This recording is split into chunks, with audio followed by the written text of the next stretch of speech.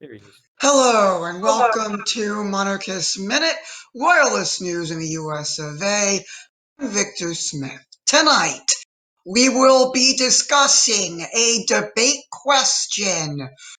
Should America be more formally Christian before a monarch is crowned, or is that not entirely necessary? But first, we will briefly touch on an important update regarding Prince Andrew from Queen Elizabeth II. However, first, we have a question that was asked last week. We'll give it directly to Charles York. Hi. Unfortunately, I completely forgot who answered it, and I was too lazy to, I You guess, asked write it. it down. So I was asked, what is your opinion on outside expansion for restoration, like Lenin's Russia invading neighbors to expand communism? So I'm going to assume that means that, let's say, we restore our monarchy, or then we invade like Mexico and restore the empire, which would be very out of character for us, but okay. Um, I mean, I guess that would, for me, just thinking Would it? about it, have to fall under the topic of just war theory, in that would the casualties incurred by any such invasion and violation of the other country's sovereignty be a lesser evil than just leaving the current regime in place? Because this is why, just war theory, we could do an entire episode on that, but no promises, is very interesting, and it's a very high bar to set, because wars, by their very nature, and especially with modern arms, are very violent and bloody affairs. So, assuming that we're going into end a regime that, completely hypothetical. I'm not saying that this happens in the real world or anything. Murders 800,000 children a year. Completely hypothetical. It's not like well, I don't know where that would come from. Uh, and assuming that we're not destroying the entire country's population by the intervention, then that would be a justified instance. But if it's just a republic that's just kind of chilling and not doing anything particularly bad on its own, then I would hardly see why that sort of intervention would be justifiable. I mean, obviously you want to promote monarchism within the country, but assuming that it's not actively being an evil regime, then I would be against it. So it just sort of depends on the nature. It's not like Lenin, where it's like invade everything possible and then Poland is based and stops you. I We would all agree Poland's based. I would like to weigh in here and also say that this is the exact same logic that is defined US foreign policy, where we invade countries in order to turn them into liberal American style democracies. And the fact of the matter is, you cannot force a government at gunpoint. You can't force a governing philosophy at gunpoint. And whether or not you like it or not, a Are you telling me? within a Are you nation telling me to Sam accept can't it come in order into? for it to be validated. What did you say, John? Are you telling me Uncle Sam can't walk into South America and tell them all to adopt democracy right now? Are you Well, I telling mean, me we yeah, can't do that? well, I mean, all we had to do was let Freemasonry run rampant and support those masonry institutions, and they did it to themselves. American See, I foreign have a policy in South theory. America, not good. Also, John, you might want to boost See, your I have mic a levels. theory behind all of this, where like Conspiracy theories here. It's not really I guess conspiracy. If you'll notice that a lot of the liberal governments were run by Freemasons. Like, shoot, who was the guy who took over Texas? Who we fought? Santa Anna. He was a Mason. The only reason the Texas rebels didn't kill him was because he did the Masonic whatever, and they're like, "Oh, he's one of us." Anyway, Aiden, do you have any thoughts on this while John resets his mic levels? Um, by and large, I'm not exactly a proponent of trying to force people to do things through force of arms. It generally doesn't sit well with me on a personal level, but I happen to agree. The American foreign policy has, for the past How long? 60, 70 longer years? Actually, reading if you trust Charles Cologne, which I do, it's essentially always been our foreign policy, at least ever since the Monroe Doctrine? the Monroe Doctrine. After the Second World War, especially, U.S. foreign policy has always been dedicated towards trying to enforce our ideology on the entire rest of the world. And you see a lot of critiques about this in the form of, oh, well, America doesn't have to be the world's police force, or yes, we do. Or you see them saying, well, we need to go in and we need to give these people democracies, except the U.S. has a pretty poor track record of actually instituting democracies instead of friendly dictatorships, but that's a whole other issue entirely. By and large, the propagation of ideology through force of arms, I do not think constitutes a just war.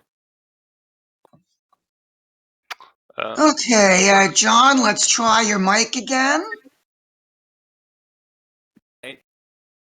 Oh, you're even quieter this time. Okay, now while we wait for John to get his mic back again, we will go to the Prince Andrew topic to introduce that William Stout. The Queen has recently stripped her second son, Prince Andrew. He's the second-born son, correct? Look, I'm a Jacobite. I don't keep up. I don't keep up with the Windsors. Keeping up with the Windsors coming soon to TLC. Just wanted to make sure I wasn't accidentally cutting a child out of the line of succession. Not to get off, line of but succession? doesn't Queen Elizabeth have a daughter too? I don't know. She might. I don't know. That's not relevant to the topic at hand, but I could have sworn they had a third child. Anyway, Prince Andrew was recently stripped of his royal titles as a result of his impending court case in the US regarding sexual assault allegations, and the supposed plaintiff, who claims to be his victim, is suing him for damages that she received as a result of the sexual abuse by Prince Andrew while in the company of the infamous Jeffrey Epstein. Now, it is important to point out that this is a civil court case, not a criminal court case. As of now, the prince is not facing any charges, and this is due to a New York law that stipulates that abuse victims can sue their abusers for compensation for the emotional damages they have received as a result of the abuse. For granted, I will say, none of us here, to my personal knowledge, are experts at law. So take everything we say following with a grain of salt and do not accept it as full and informed legal advice. This is just what we know by what we've heard from news articles and information that has been released to the public. My Right. uncle's I agree. not my uncle. My cousin's a lawyer. If that's anything, it's not. It really isn't. I think my mic's on. Anyway, just some quick and dirty thoughts on this. The defense of I didn't do it, I would imagine, is an affirmative defense in this case, should he wish to fight this. Now, he hasn't been formally stripped of the right to be called Prince Andrew and title Duke of York. He still has those. However, I believe he was stripped of the right to be called His Royal Highness. I think we should get that clear, and I think the Queen has given her permission for Parliament to do the rest, although that is going to be a process that's going to take a long time.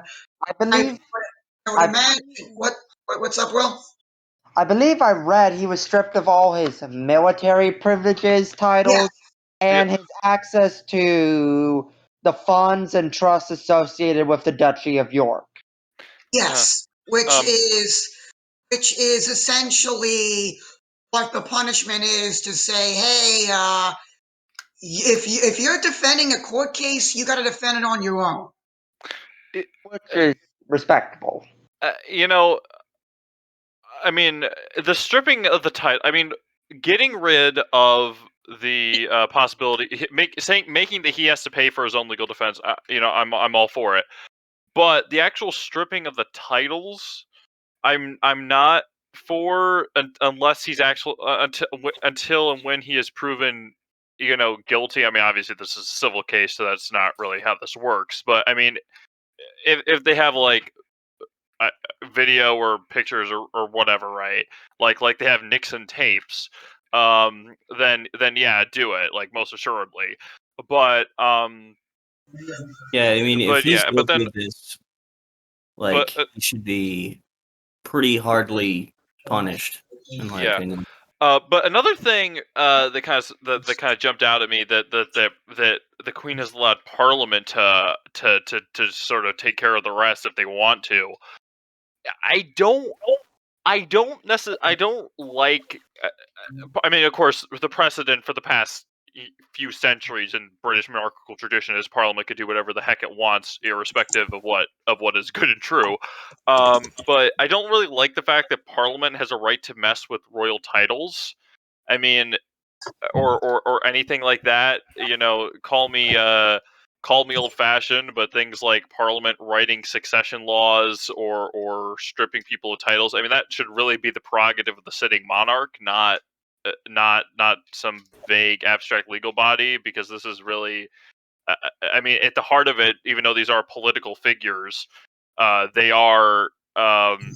This is sort of a familial thing that's just kind of public. Like, if you remove the royalty from everything and just imagine that this is just a wealthy, affluential family, what's happened here is that the the patriarch or matriarch in this case, has decided to strip one of her sons of places in the company and the company car, and now she's letting the board of trustees decide whether or not he has his last name changed or not. I mean, obviously not perfect analogy, but yeah, I don't like that, Chief.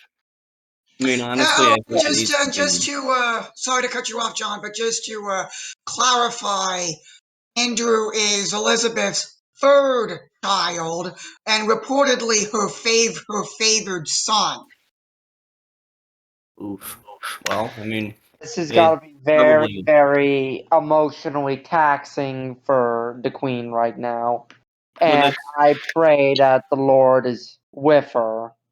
I mean, that's the job description of a monarch. I mean, a monarch has to make the tough decisions, and when Oh, you're see, dealing right. with this kind of thing, ultimately that tough decision is, do I want my favored son, who might have made a mistake in the past and might have made a very serious mistake in the past, um should Actually, I make him. there is no mention of Parliament in the stripping of the formal stripping Yeah, of his title as prince, etc.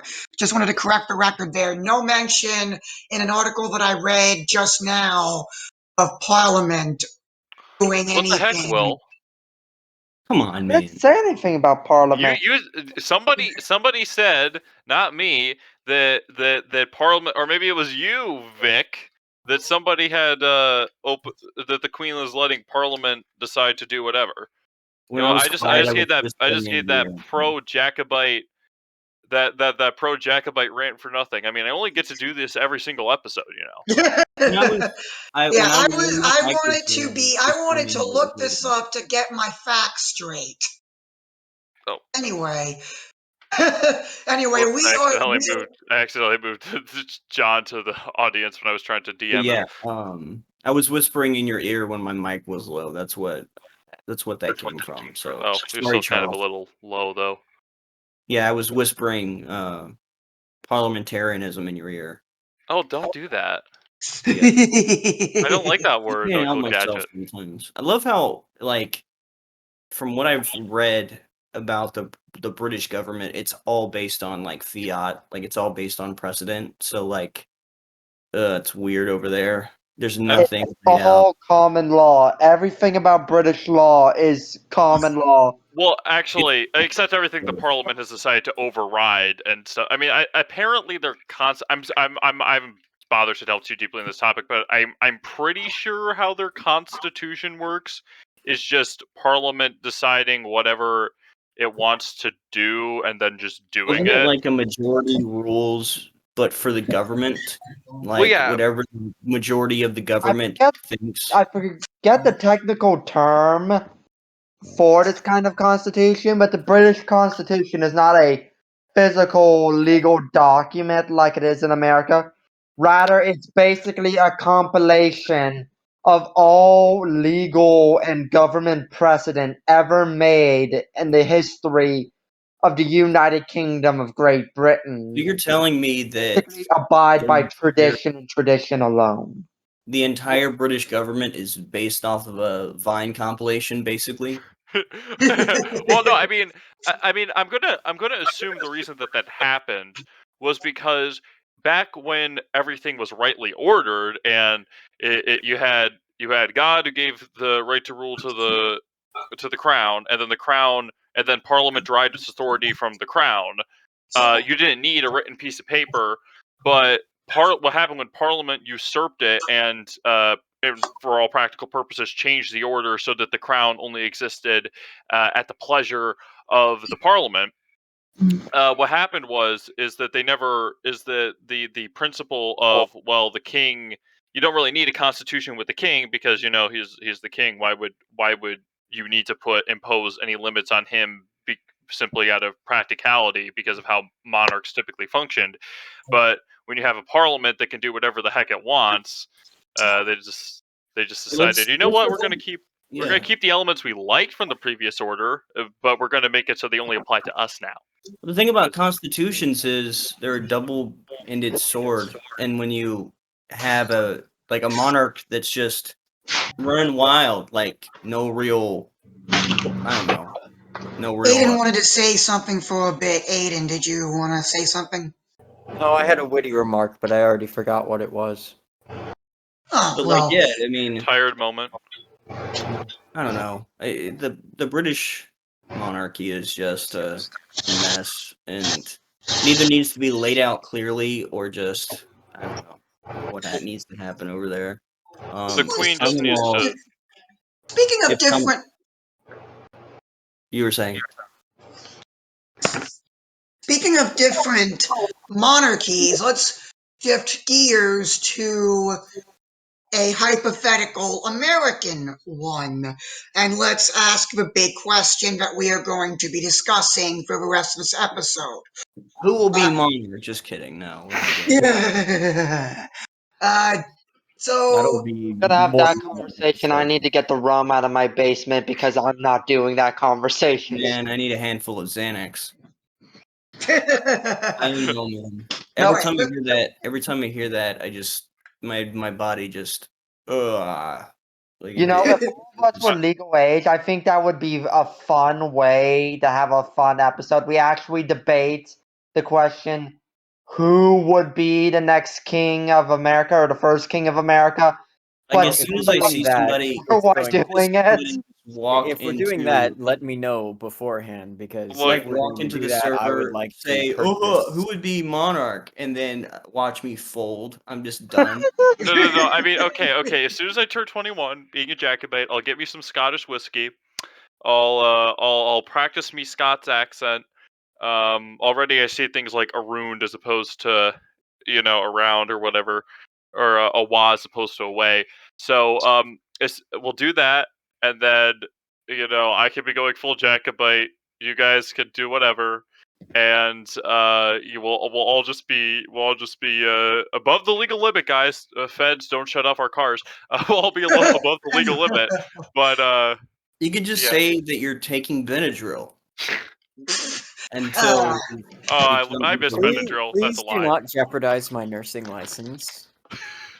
anyway, Yeah, yeah, let yeah. us. Anyway, that comment was made as a joke. It is not intended to be a piece of medical advice or of any value to the medical community.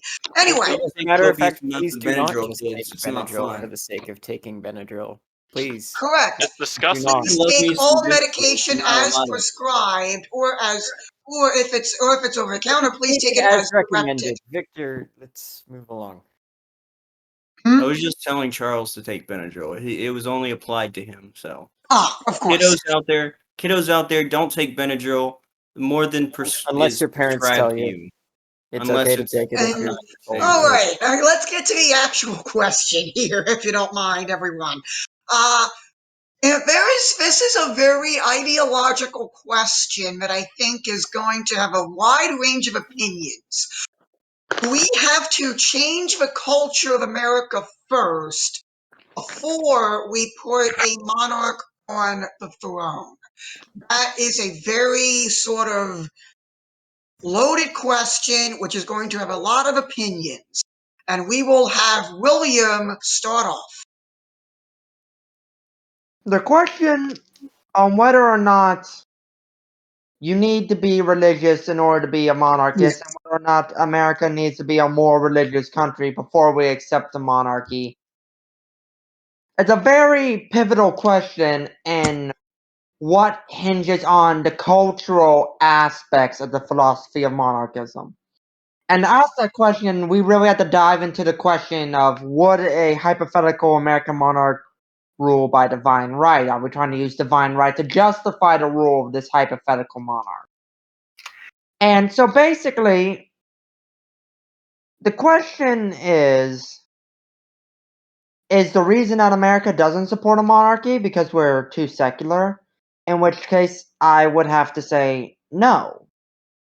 Because, I don't know about everyone else, but going around on the web, I see this a lot, especially when I try to debate monarchy, but I also see it in a lot of neoconservative circles where they use the word king as a slur or a buzzword because they have no actual idea of what they're talking about and what the word monarch means. But the common phrase I hear very, very often is Jesus is the only king I need. So the problem isn't that America lacks faith, and that's what keeps us from having a monarchy. The problem is that the US has a political culture, not a spiritual culture, that reflects away from monarchy. A very similar thing can be made in comparison to the Roman Republic. In the Roman Republic, prior to the foundation of the empire, there was a staunch political culture that was against monarchs and monarchism. And even after the formation of the empire, it was very taboo to refer to the emperors as monarchs. In fact, no emperor ever claimed the title of Rex, meaning king, because they would have probably been lynched in the streets for declaring themselves a monarch. Well, The title emperor even means commander in chief.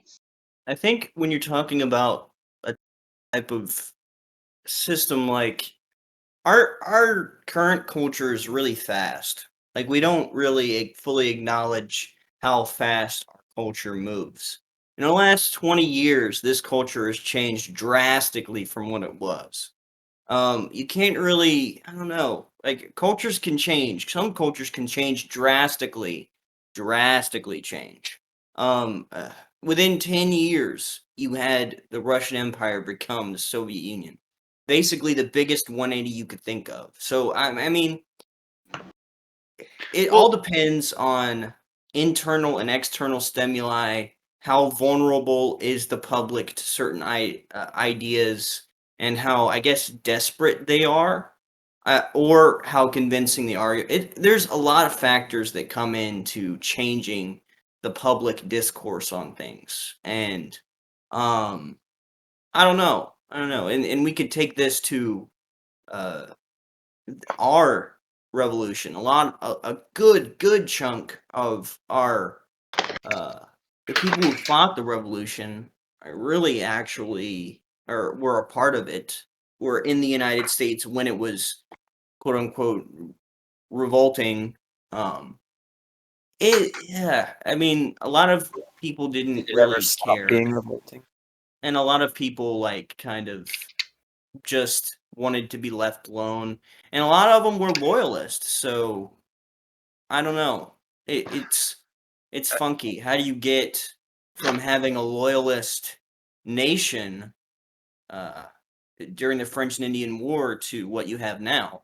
Well, And it all comes from that there's a lot of different factors. You have the increase of taxes, and then you have people who use the increase of taxes to kind of rile the people up and saying, you know, it's all opportunity, is what I'm saying. well, It's And not if I can interject here, not a lot of when the war was going on, not a lot of people were actually rooting for yeah, the yeah, yeah. Continental Army to win. The yeah, majority of people were just going on chill. with their lives. Yeah. Well, Yeah,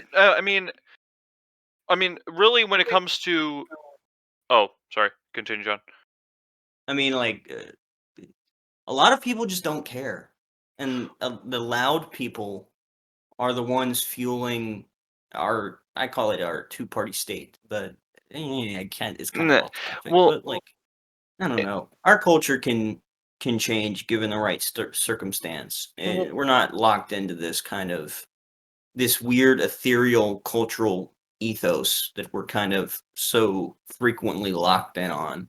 I don't know. well, Nothing like that's cut and dry when you're looking at history and stuff like that. well, I'm We're not saying. pretty easily manipulated. Well, I mean, the question, the question, on whether, when Will kind of started us off, he said that, there was a lot of thing where he said there wasn't necessarily a lack of faith; it was a completely political. But I would Yeah, argue that, the whole question is sort of people not fully incorporating their religion into their politics. Now, Catholicism had specifically been pro, I guess, monarchy, the general whole of it for centuries. You had, I can't remember, I think it was an unknown writer.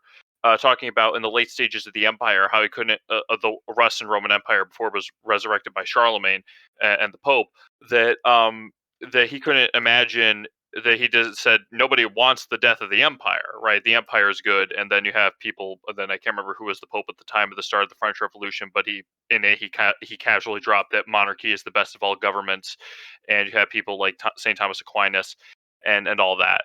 But in America specifically, we have this sort of we have our religion that we sort of keep in our homes, and I legitimately think, although I can't necessarily prove a direct connection other than the Dutch were here, this is sort of an inheritance from part of our Dutch roots. Mainly, we're an Anglo country, but we have some things from the Dutch because of the New Amsterdam.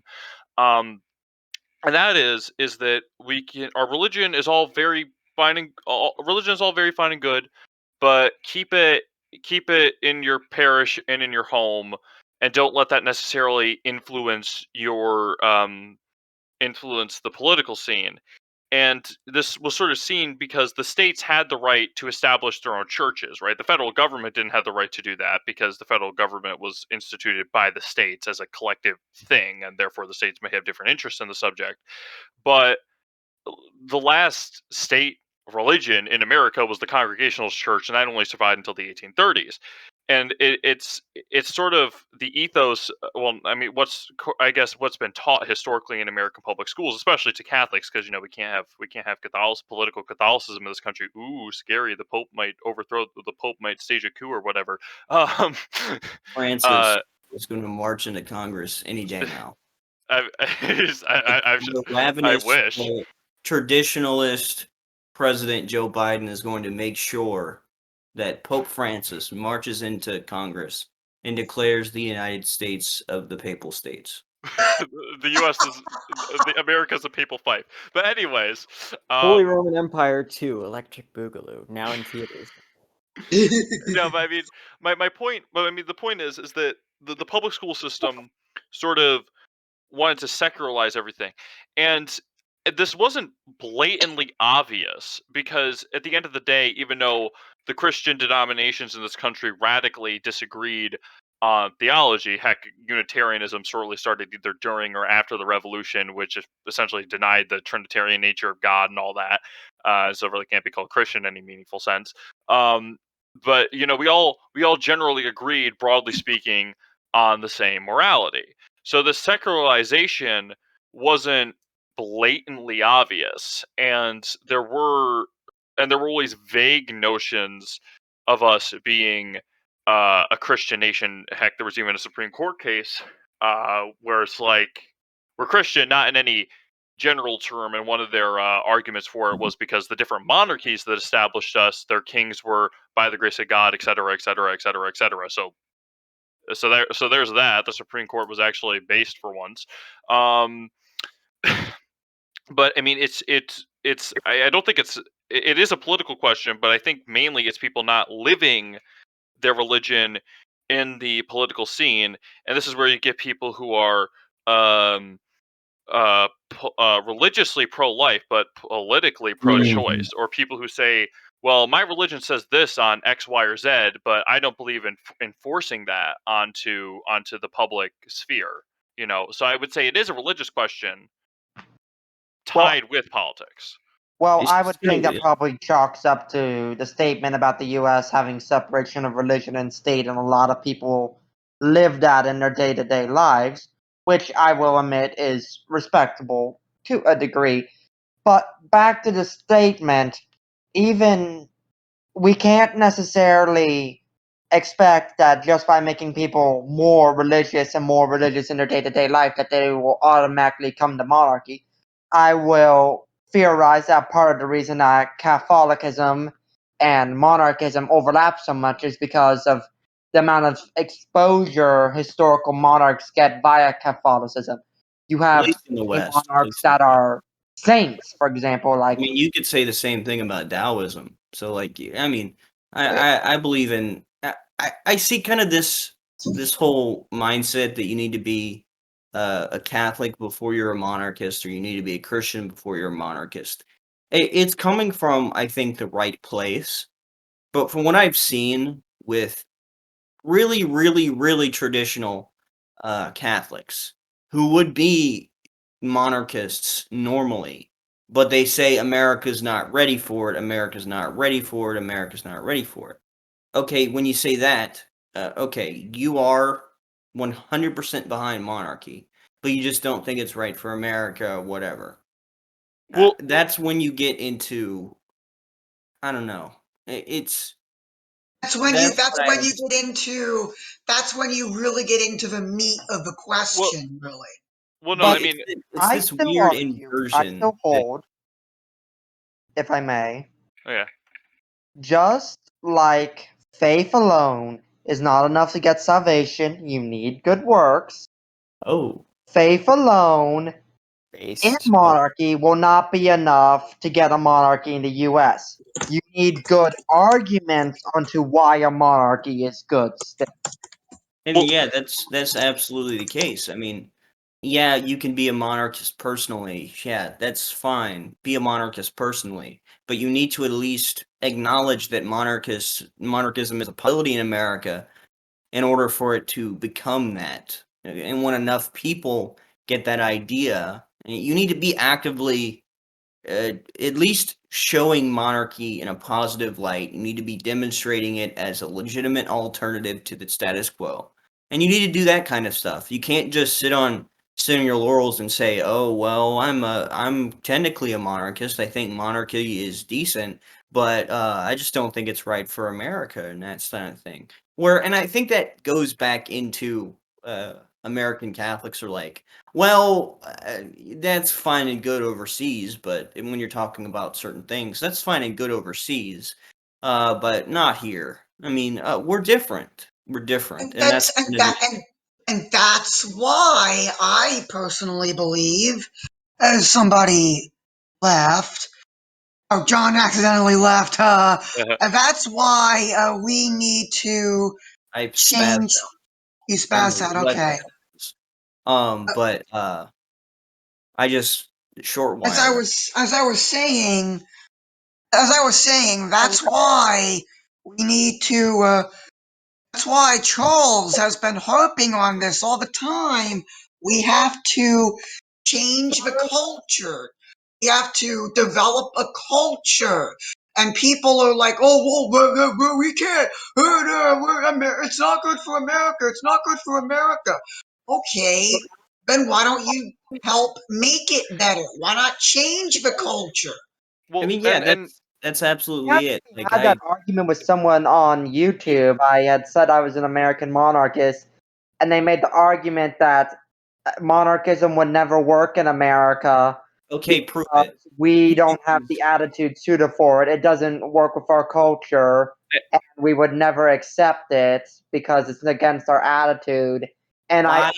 said, Why? well, Because we would never obviously our accept. current attitude isn't working, so something needs to change. If I yeah, may. and I mean, and oh, sorry for cutting you off, Aiden. But and to the point about the Catholics in America, that's its own cultural issue. Partly, I guess, because there's a lot of Catholics who still are infatuated with this Americanist heresy, almost the idea that the Church is Catholic social teaching. That's great for everywhere else, but we're different somehow. You Both know, governmentally and we're the free world. Come on, guys. yeah, We we're the free cannot world. have this monarchy if If we we're in the free just world.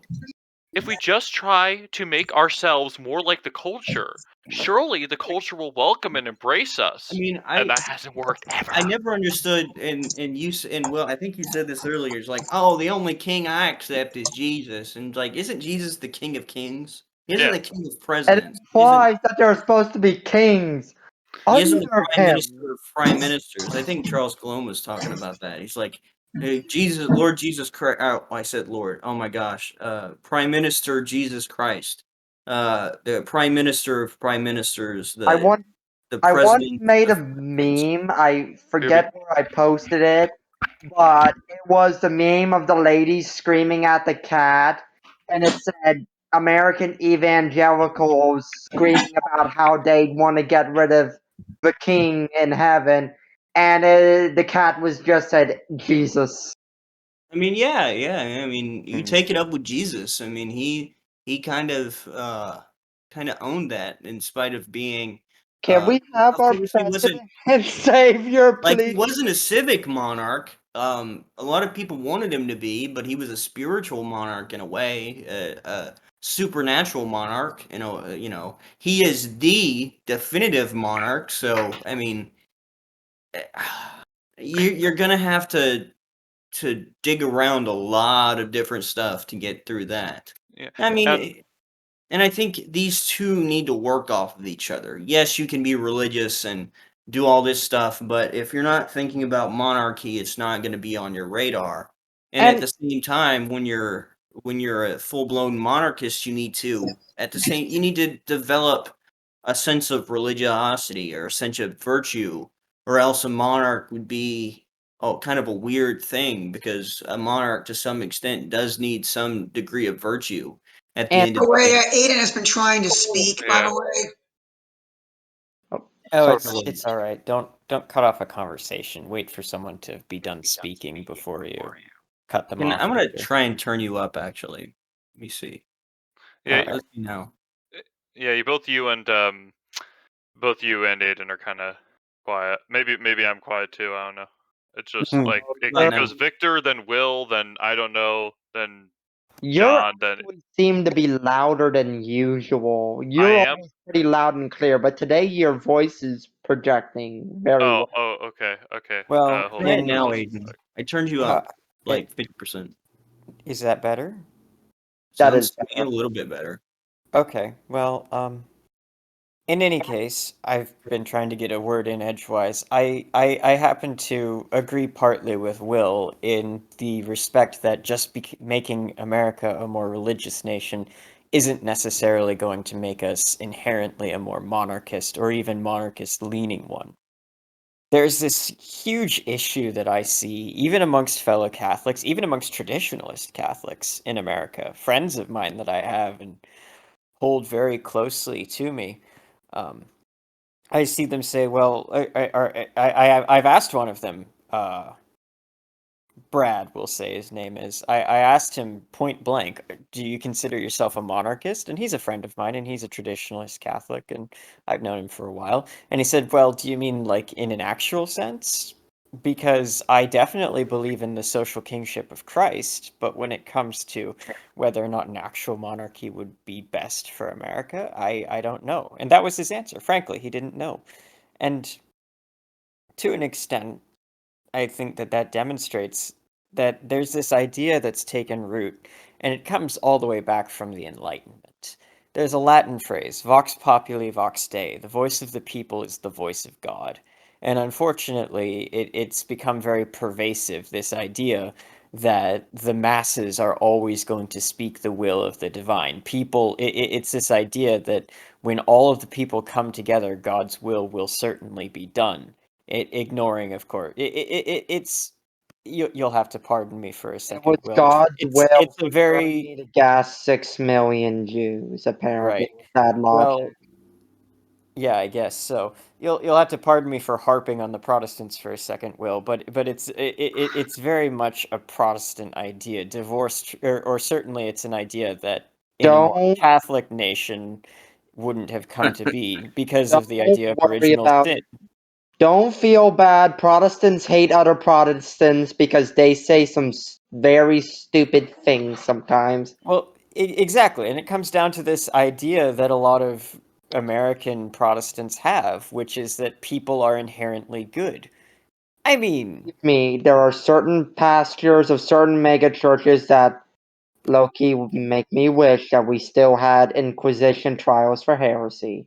Don't tell John Calvin that people are inherently good. Don't let him hear that. oh, I know, right? Calvinists be like, Calvin uh, is some of the most insane crap I've ever heard. He basically throws out the entire concept of free will and says our salvation is already predetermined. Yeah, I mean, Thing you're is, not. if you say that, then the entirety of Christianity ceases to make sense because there is no meaningful way You say, well, salvation if I and just have acceptance of faith our Lord that it makes will make sense. sense, and enough people around me say that it makes sense, dang it, it makes sense. Come on, no, Will. and I guess focus on Edith's point, trying to translate it out into a timeline a little bit.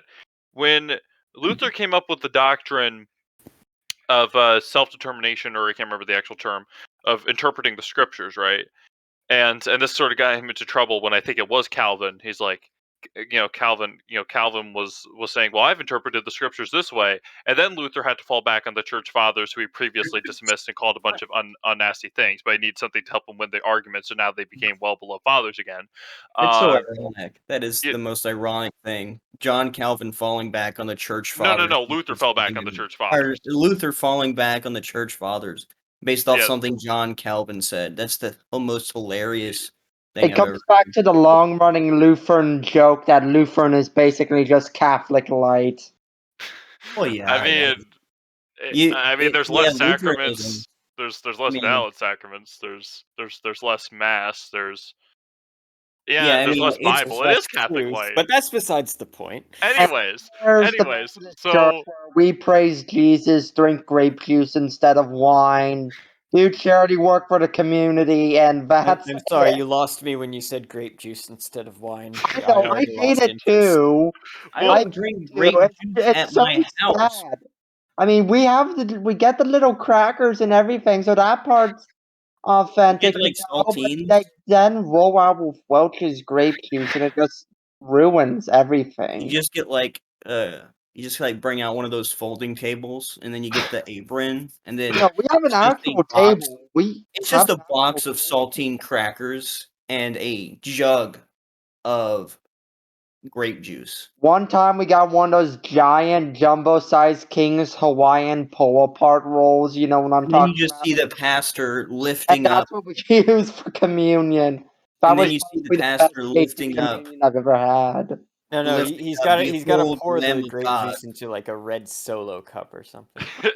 Behold, he No, just no, you lifts see, up a red that's the solo thing. cup and That's the says, thing. We have an actual chalice, a very formal looking chalice that the grape juice goes into.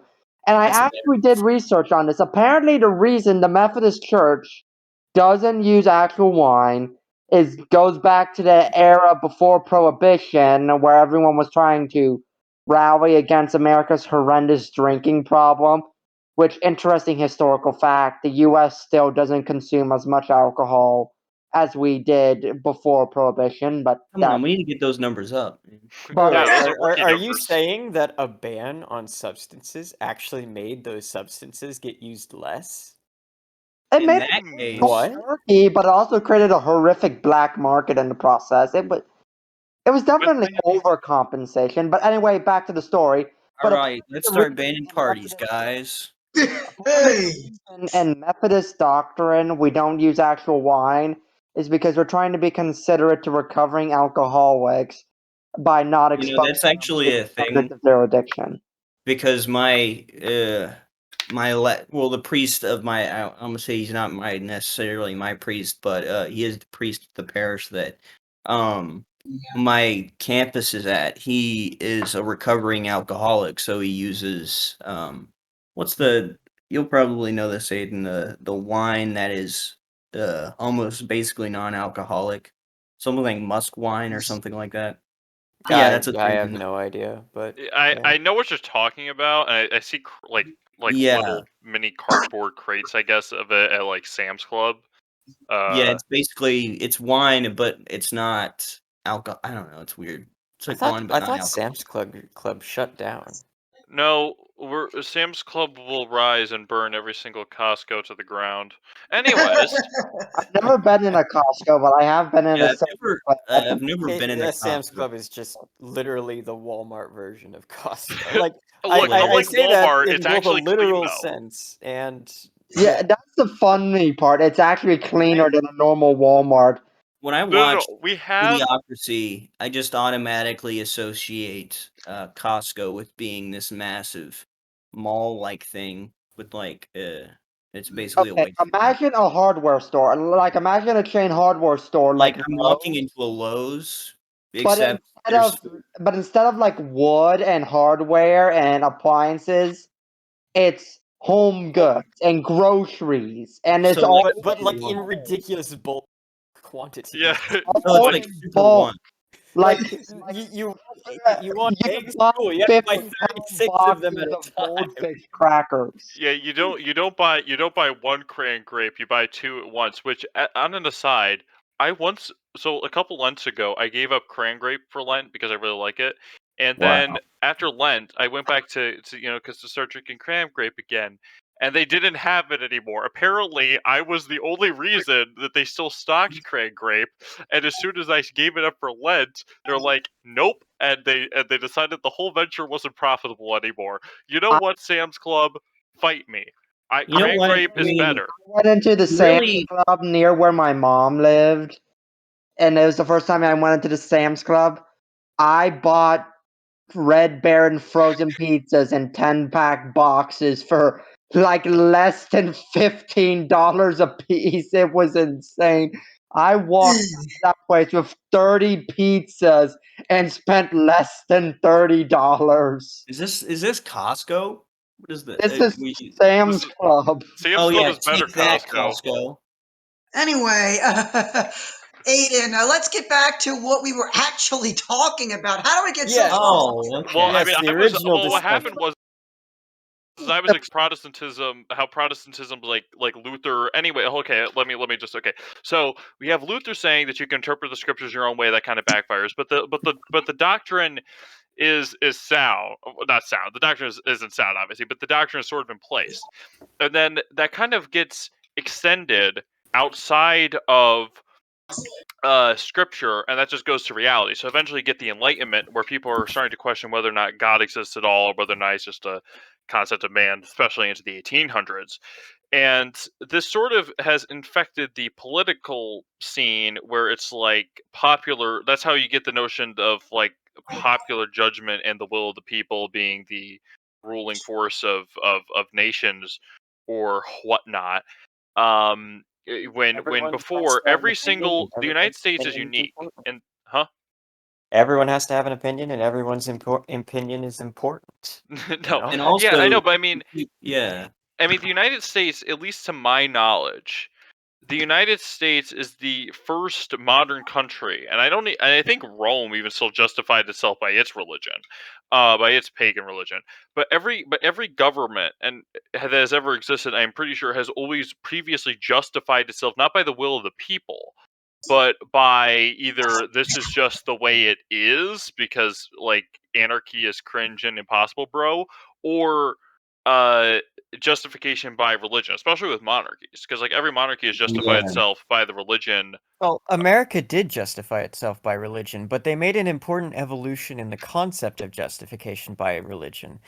They argued that because the religion would speak through the acts of the people, through their will, that therefore their government was justified to be based off of popular decisions. So basically, if 51% If the of the voice of the people, people is the voice of God, vox populi vox Dei, therefore their government is justified through their religion.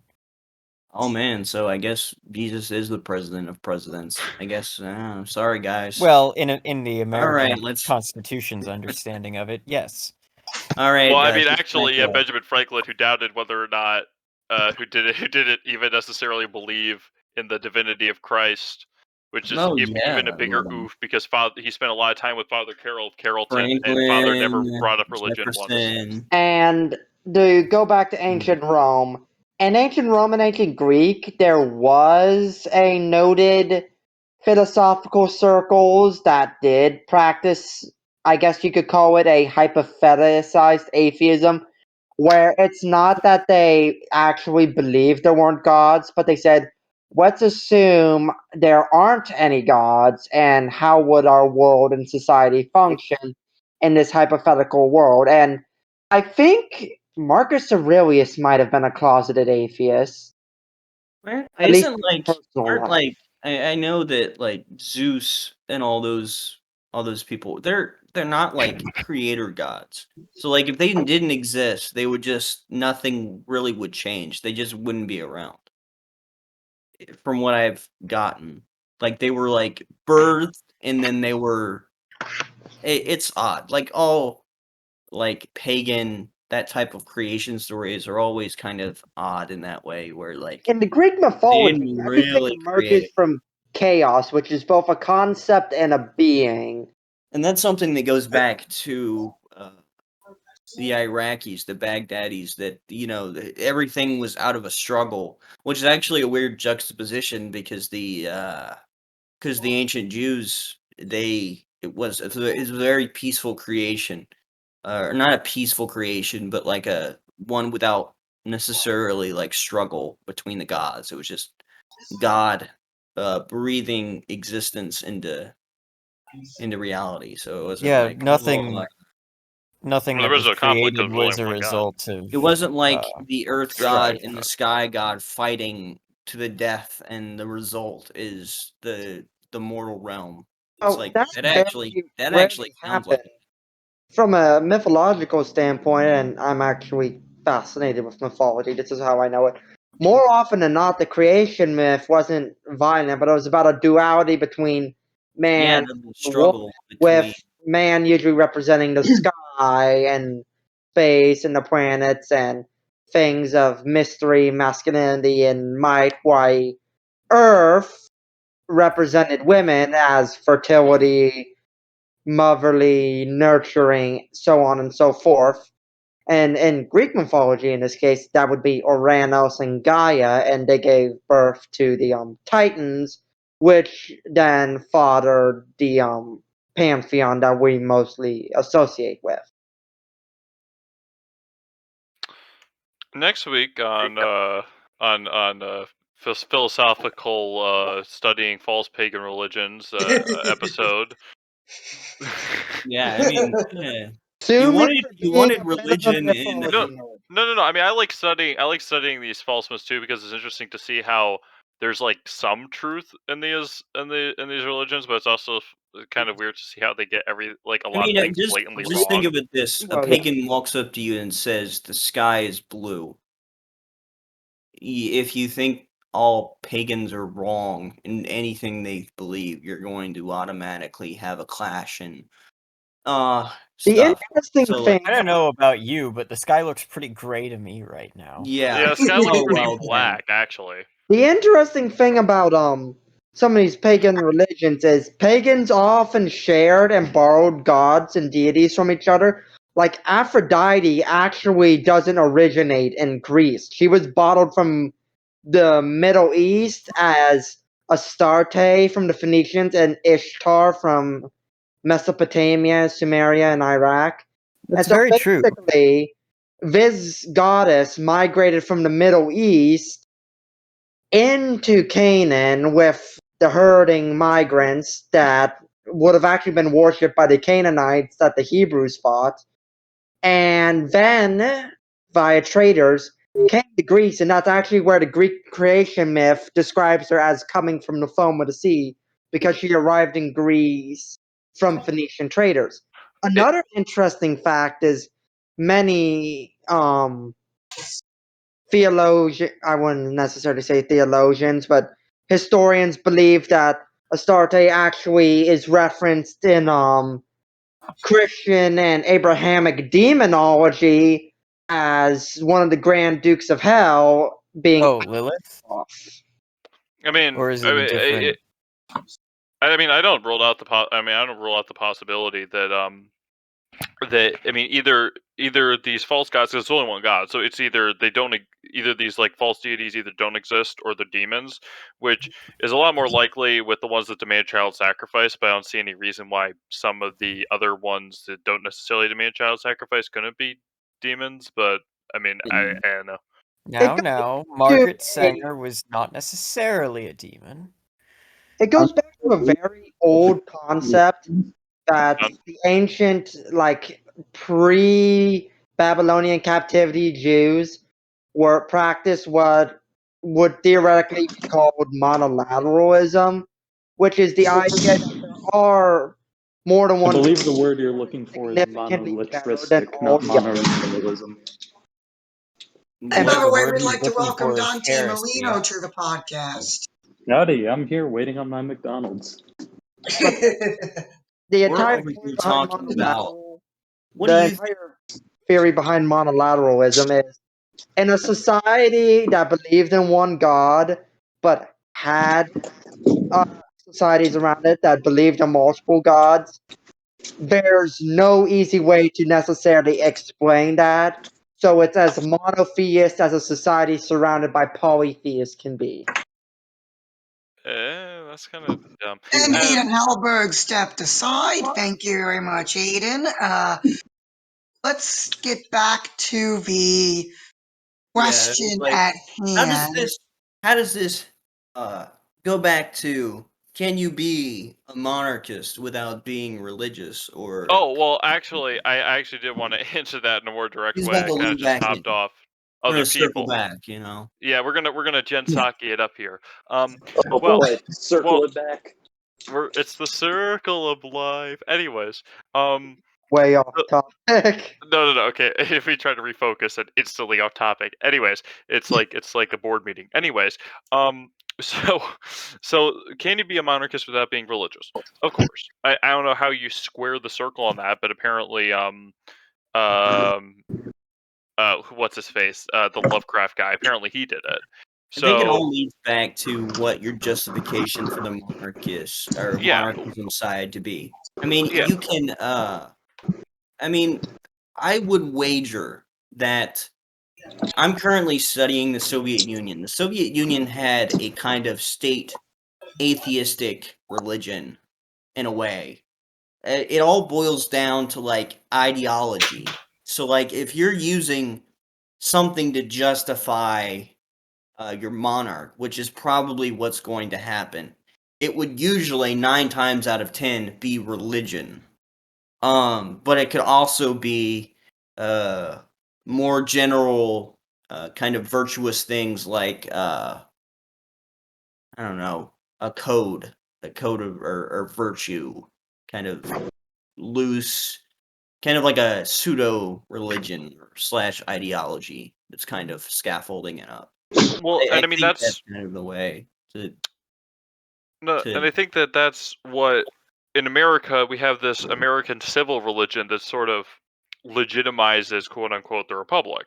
But I don't think but when it comes to monarchy, just because people are naturally suspicious of power, I don't think that there's ever been any monarchy that has ever tried to not justify itself off some sort of religious means. I mean, I yeah. guess you could say some tribes in maybe I don't know. I mean, in Africa, because well, I would have to specify, but Africa is obviously a very complex and interesting place. But I mean, there might be some tribes in like early days of civilization where it's like uh, Ugg is in power because Ugg is because Well, they, strongest. well, that well, the thing about Indo-European that is civilization, like circa you'll 5500. have like these village states where usually the king, quote unquote, was the oldest father figure. So it kind of like monarchism grew out of like a wolf pack type The system where idea, the family and the extension of that family, so like maybe an immigrant came in from a neighboring town and setting up here, and the youngest child, it all centralized around a family, and then the city built up around that one family, and the then over idea, time it grew from that. It sprouted from the family unit basically. the idea of divine right probably came into being from a point in time when the chief leader of the society, of the city, town, of the nation, was probably also the chief religious figure and doubled as both leader and Oh yeah. priest. Well, That that you see actually that happened early across on Kentucky. You see in that, I think pre-Narmer in Egypt you had that where, a lot of times the pharaoh, which is a god in his own right, well, not is the really. high priest of the Egyptian temple. So He's a deity, not a yeah, god, yeah. if we're Well, yeah. going to put it like that. Well, Well, I mean, yeah, yeah. and we certainly had it in ancient. I mean, this is why today, well, the hearth obviously in modern Catholic and Protestant and cringe atheist civilization has sort of it has naturally lost its meaning. The hearth used to literally be a place where the familial gods were sacrificed, and the patriarch of the family was also in addition to being eventually the chief political leader once the family had extended out to the point of a city. Uh, uh, but that's actually sort of a lingering thing where where the religion and the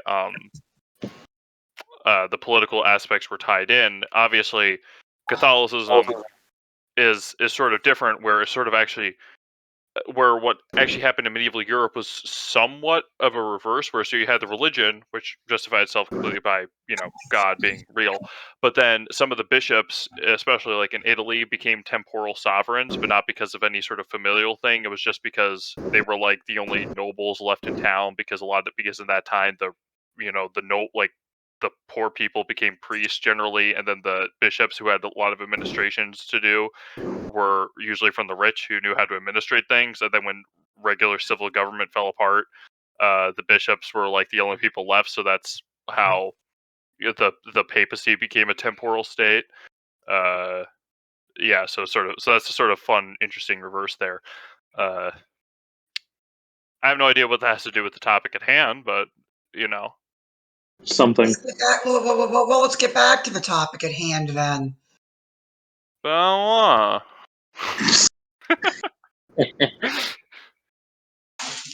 Oh, Yeah, and like of course, how can we forget this excellent historical example?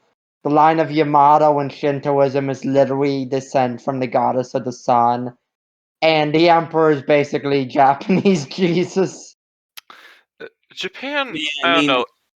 Religions of the Orient. I mean, obviously, the only religion that makes sense to me is Catholicism, but like religions of the yeah, Orient everything else is specifically. absolutely. It I might mean, as their well be folk like stories are nice. I I mean, don't know. I I mean, I understand other religions. I mean, I think at the end of the root that like the monarchy needs to be to some degree justified, whether it be from a religion, ideology, or even a constitution. Um, so like I don't know. That's what I think about it. Like, uh, and those And things are probably somewhere in the same area of well, I as mean, far as justification goes. Obviously, religion to a religious person is going to be more. But the thing about human beings is we're very religious, regardless of.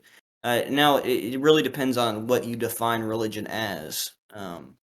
We tend to believe stuff, uh, and that can grow into a. If you believe a lot of stuff, it tends to be that one thing. If it's one thing, it's usually a religion, and most cultures have prescribed to some degree of a religion. And most of our levels of justification in government have been from a religious standpoint. So there you have yeah, a lot of things like that where most of the time what you're justifying doing stuff with is religion, which totally doesn't invalidate the religion, but it can invalidate your actions depending on what you're doing. well, I So if mean, you're like, for this is 100% hypothetical, by the way, 100% hypothetical. You're a Mm. leader and you are personally against killing babies, but it's okay for the country to do it. Now, mind you, this is 100% hypothetical. Oh boy. It has not it does not happen if I'm uh totally doesn't happen. This is 100% hypothetical. Uh I personally as a leader don't want babies to die, but you should have the right to kill your baby. 100% hypothetical, of course. yeah, and I mean, but I mean, really, the ultimate question when it comes to monarchy is that you can justify other governments on a lot of different things, but I think because people are naturally suspicious of power, I don't think that you could justify monarchy in any other means besides religion, besides this guy has the biggest stick Well, and he can bash anybody else's head in. I I think don't think that. I actually think like people are more suspicious. I think the modern man is much more suspicious of power than the ancient man is, at And least from No, no, my no. I mean, my, day. my, my thing is they're suspicious specifically not of power because the federal government has more power than like any monarchy in history has ever had. But they're specifically suspicious of monarchs because monarchs are hereditary, and even if these monarchs are elected, it's from other nobles, like in the and Holy Roman Empire. and it goes back to this crazy idea. It probably goes back to this saying that the more I think about the saying, the more I realize how stupid of a saying it actually is. Absolute power corrupts absolutely. That is the dumbest saying in the world when you think about it, because historically, it is so true. That would basically Stalin make didn't that magically become a murderer when he assumed control of the Soviet Union. Mao yeah, well, didn't I mean, become a zealotous revolutionary when he assumed control of China. Hitler was anti-Semitic long what before he is the ever big became through Chancellor of line? Germany. What's the big through line here? Power just They makes you more of who you are. Well, they distance real virtue from they kind of used an ideology that is not known for virtue.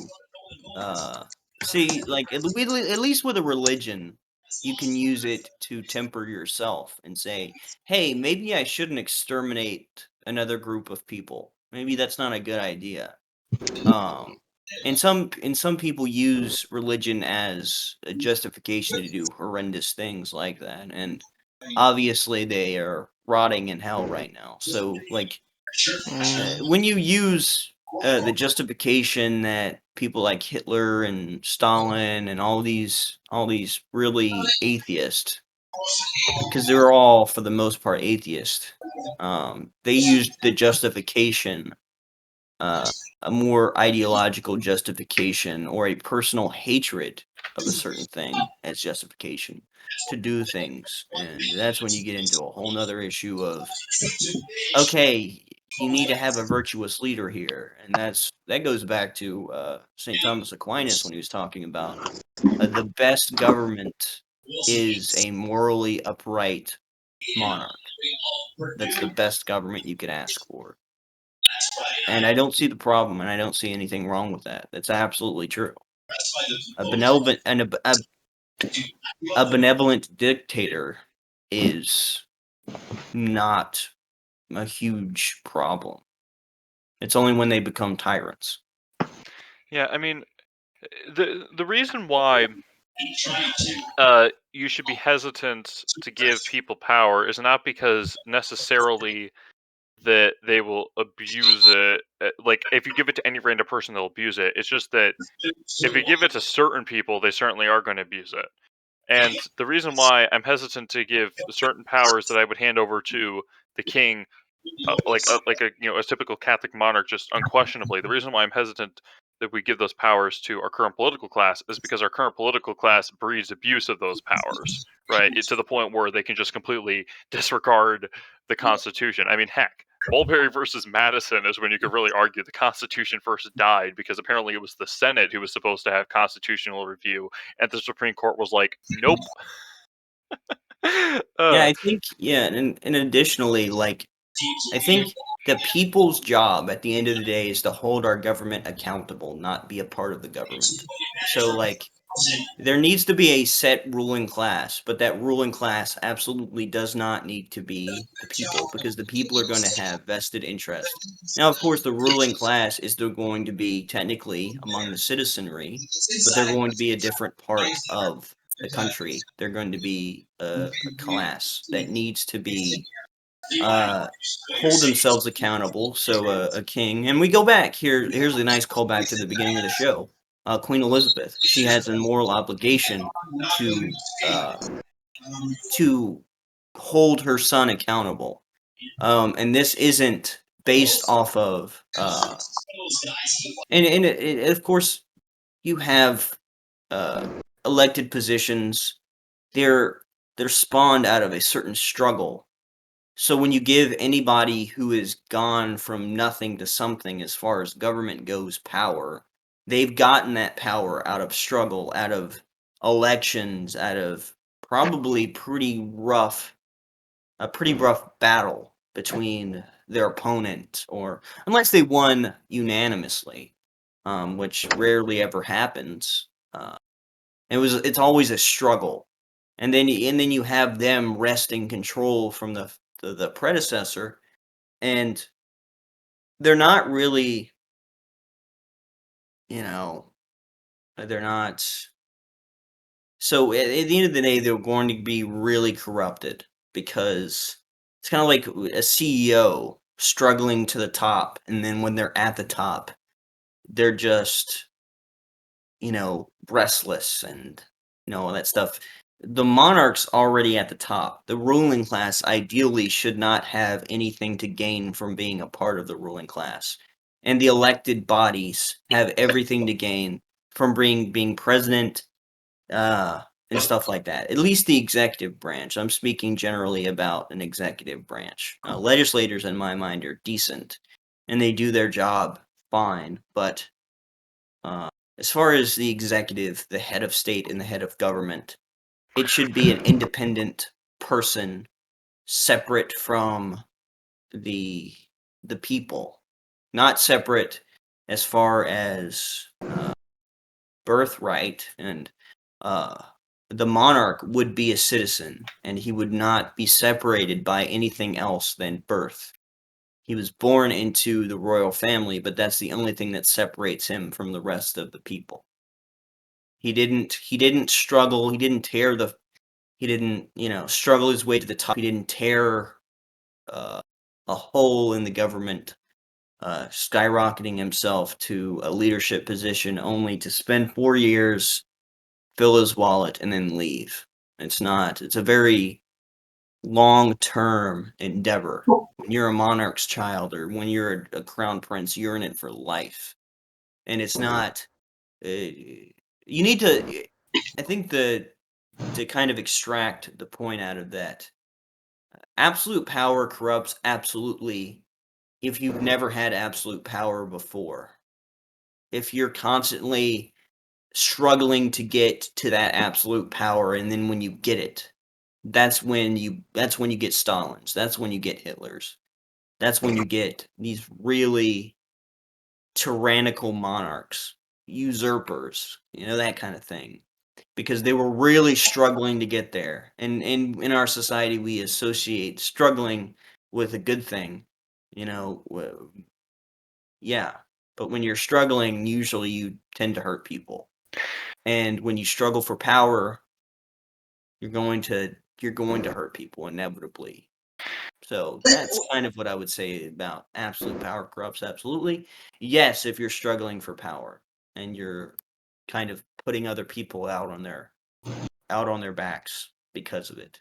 That's kind of and that can be explained that can explain our modern capitalistic culture. Yes, and one example of that is the top prosecutor for Baltimore City, Marilyn Mosby, who has been federally indicted on 4 counts, 2 of which involve perjury on a federal government form with regards to her retirement account, and the other 2 regarding falsifying stuff with regards to 2 vacation properties in Florida. I mean, yeah. Is anybody I mean, surprised? ignoring the irony of a prosecutor getting prosecuted. I don't know. District attorney or like prosecutors. There has to be good ones because otherwise the entire system would, on every single level and from every city to to the entire nation, would be in flames right now. But prosecutors as a whole, I don't have respect for the body because they just. I mean, yeah, Always that seemed goes to be the back to where you're getting prosecution your that ended religion. up being the crook too. Like out of all members of the law enforcement, it almost always seems to be the prosecution. Yeah, like obviously you can have corruption at any level of law enforcement, right? You can have like London in the 70s where you could have different branches on the take where one gang or whatever would would pay off the coppers because and make it so the coppers only went after the other people and tip off the coppers to go after the other people. So you can have corruption from your local bobby all the way up to the chief of police, but uh but when it's the prosecutors, you're kind of out of it. There's no such thing as luck, but if there was, you'd be out of it because they're the people. Because it's like, oh, we're not going to charge some rioters because it's like What are that's you kind of talking your about? They aren't job, rioters, they're peaceful protesters. despite the fact that we Well, have video of them assaulting coppers. But okay, frankly, I think you are being a little bit too problematic here, Charles. look, They were peaceful protesters. They burnt that car in a statement of love and happiness. They Oh, burned the buildings down you want to be problematic? Give me a for peace, second. love, Give me a and second. black lives, Charles. So I frankly think you're a little bit too hard on them. oh, you're gonna charge me for disturbing the peace because my statements were peaceful, Mister Prosecutor John. Yes. But John, his statements were fiery, but they were mostly peaceful, Oh, regardless. never mind. I'm sorry. Oh, I retract I'm my about to statement. set off Charles here. Just you wait.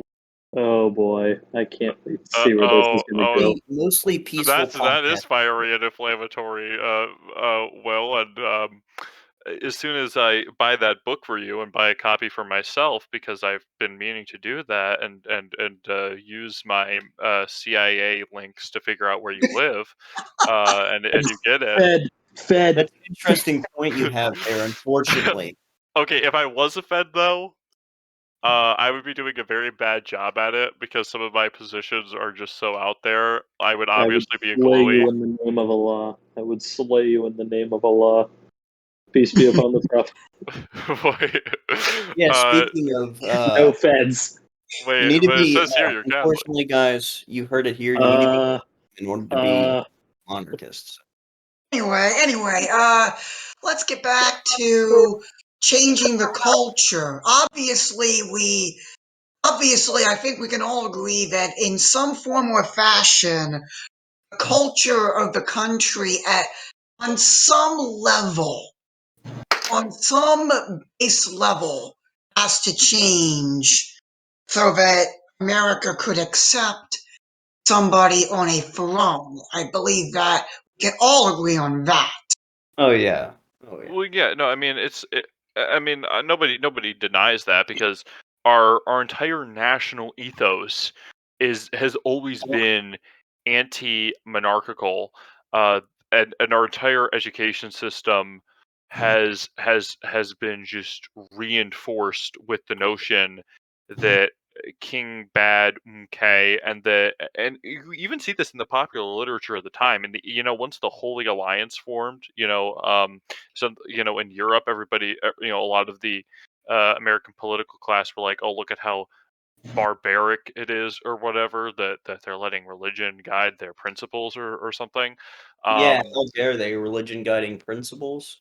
What? wow, In which it's country not do like, you? the entirety of our national ethos, like despite the fact that there were still remnants of the loyalists, even though most had gone to Canada, like Saint Elizabeth Ann Seton, who was a convert to Catholicism. Her husband was either judge, who couldn't have been a bishop because we didn't have any Anglican bishops over here. Anyways, a priest or something. Anyways, um, there were loyalists, and there were people who still, adhere to Catholic orthodoxy, but they just kind of became sidelined, and our public education system sort of ripped out. Webster, there was a reason Webster's dictionary of the English of the or Webster's dictionary was originally called the Webster's dictionary of the American language, and he changed a whole bunch of spellings.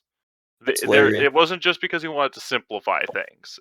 There was a deeper, more cynical meaning of trying to remove the American English from that of the mother country. Yeah, I mean, and this is kind of a callback. Everything in America is kind of centered around. Yeah, I can take what I want. If I work hard enough, I can take. That CEO position, or I can.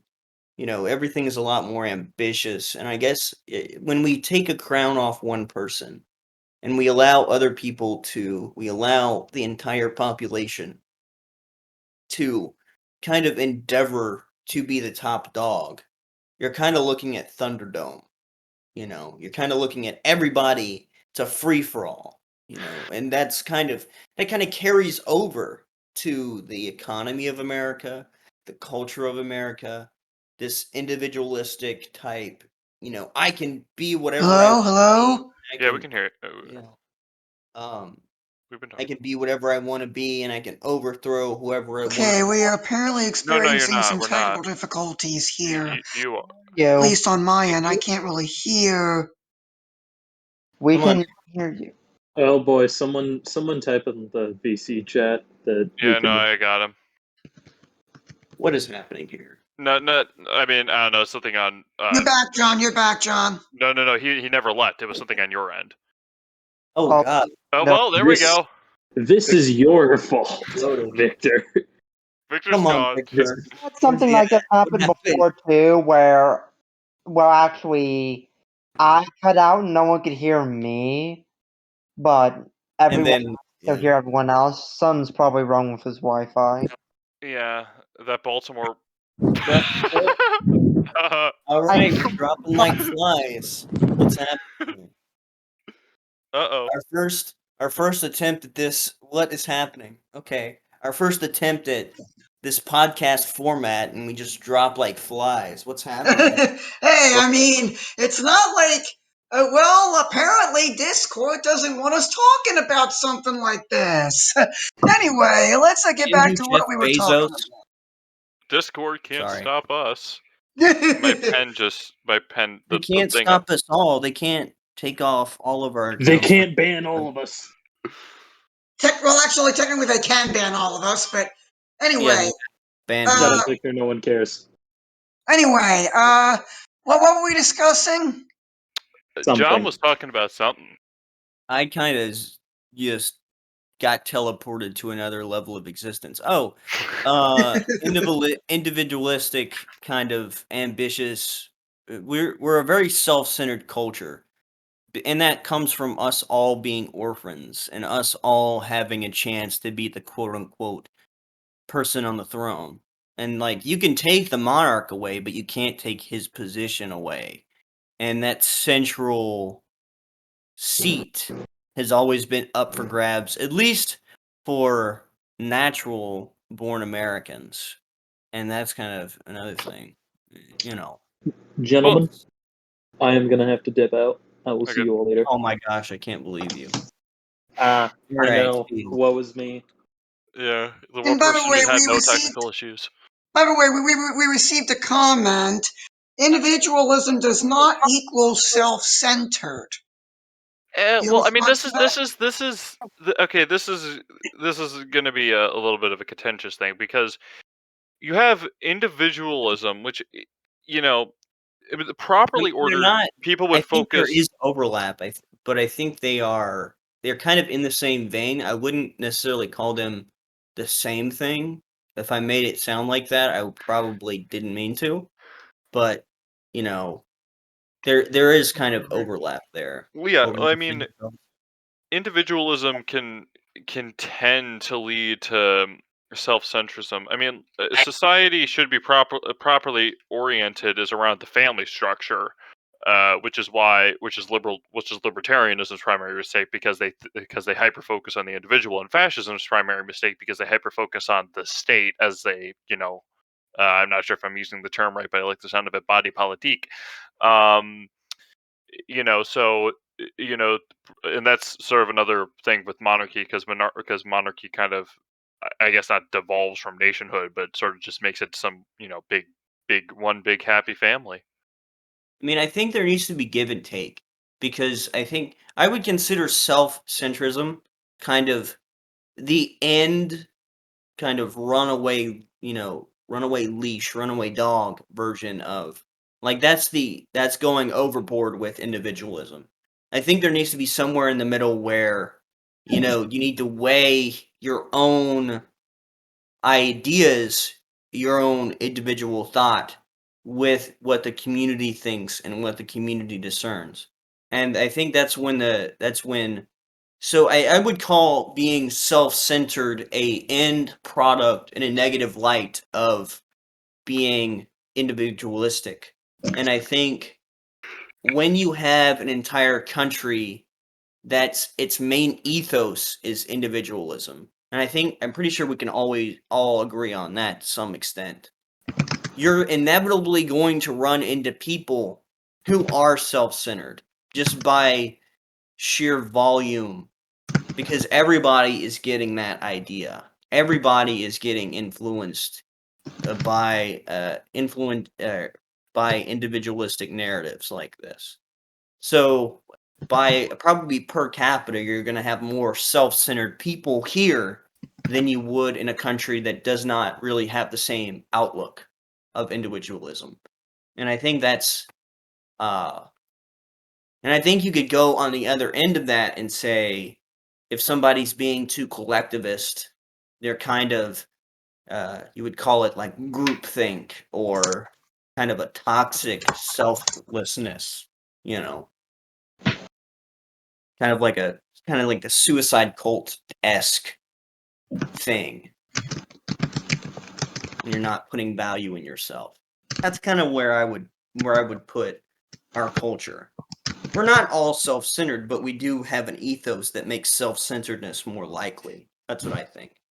Yeah, I mean, once again, I mean, I think it's just that balance of I mean, everything revolves around the family, and that's not to say that Mhm. that won't entail certain being interested in the nation, being interested in the self, because obviously self-sacrifice of the family, and you should always be willing to lay down your life for your family, especially if Mhm. you're a father, because obviously that's kind of your job.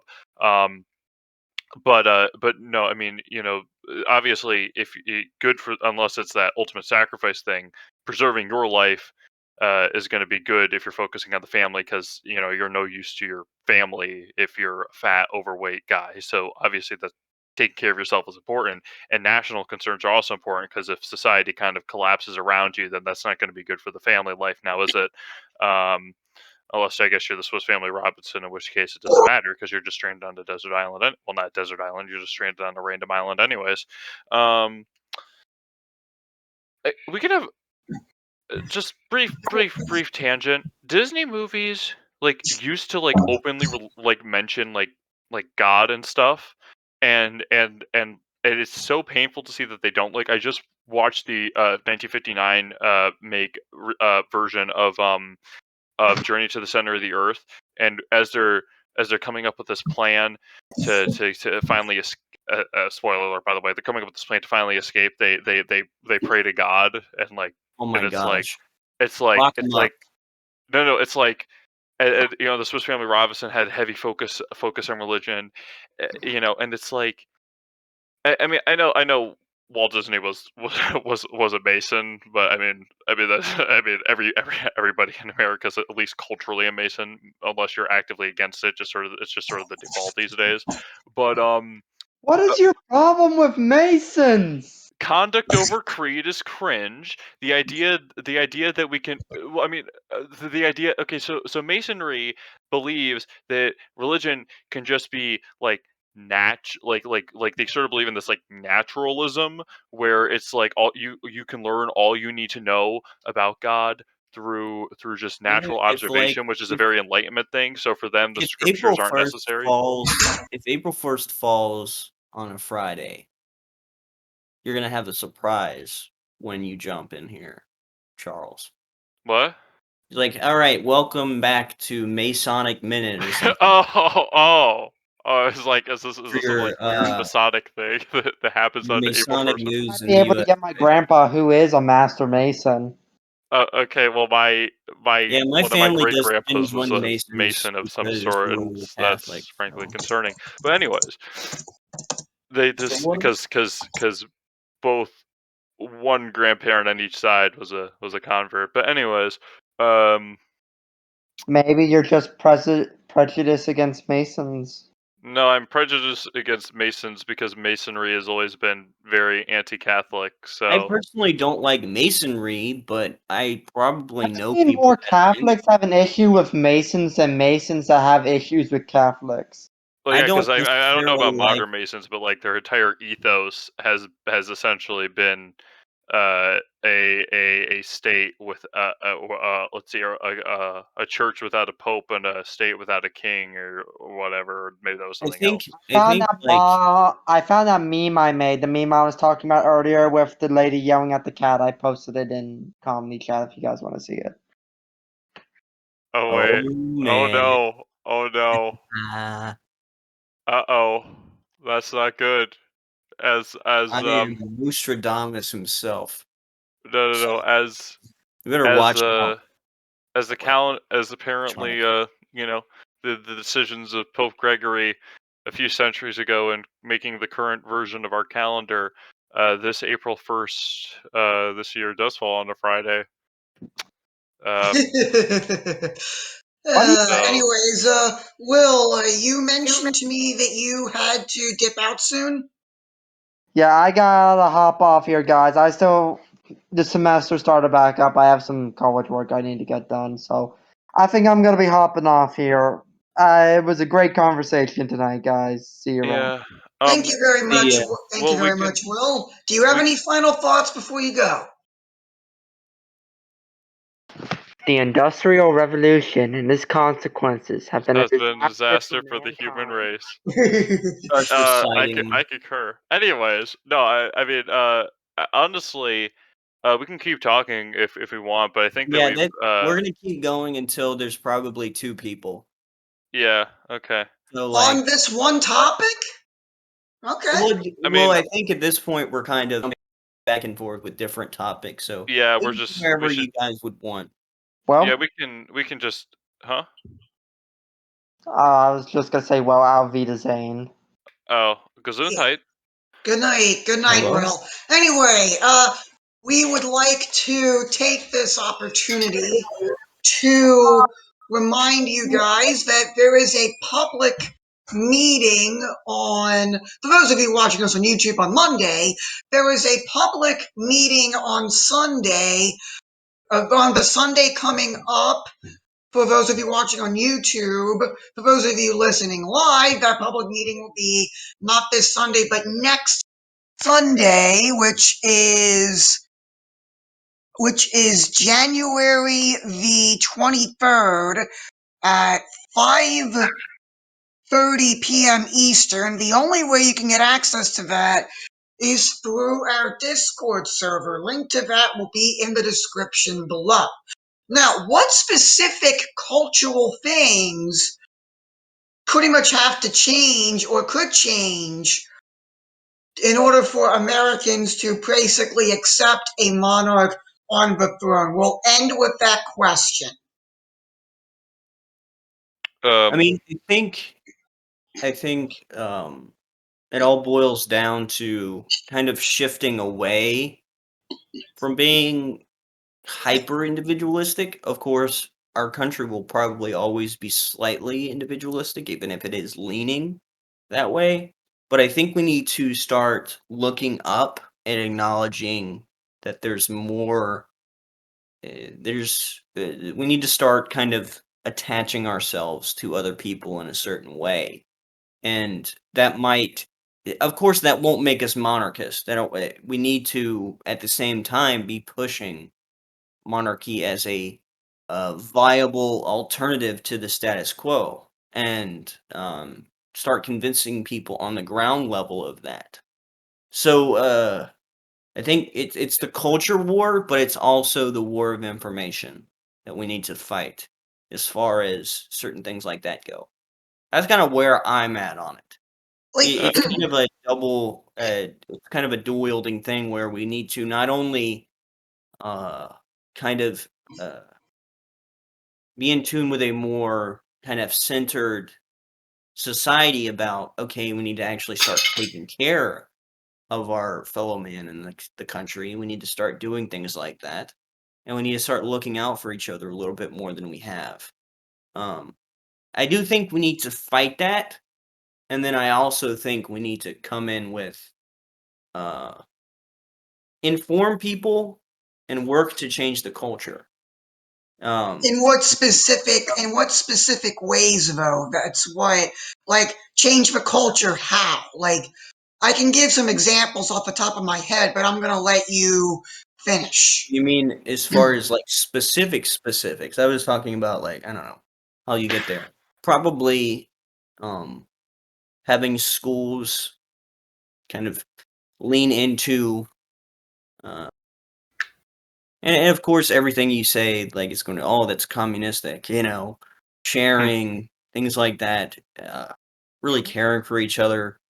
There's a reason why a lot of teenagers suffer with self-abuse and things like that, is because they don't have a community that's kind of accepting uh, them as people. So Giving probably is. phones to teenagers is dumb. I'm sorry. Six. I saw it like at like the Tall What's up? Ships Festival, which is like I guess this Midwestern thing, and it's up and down the St. Lawrence. Maybe. I saw this 6-year-old in the pavilion with Mhm. a cell phone. I don't know if it was. I can't remember who. I don't remember if it was a boy or girl. I don't remember.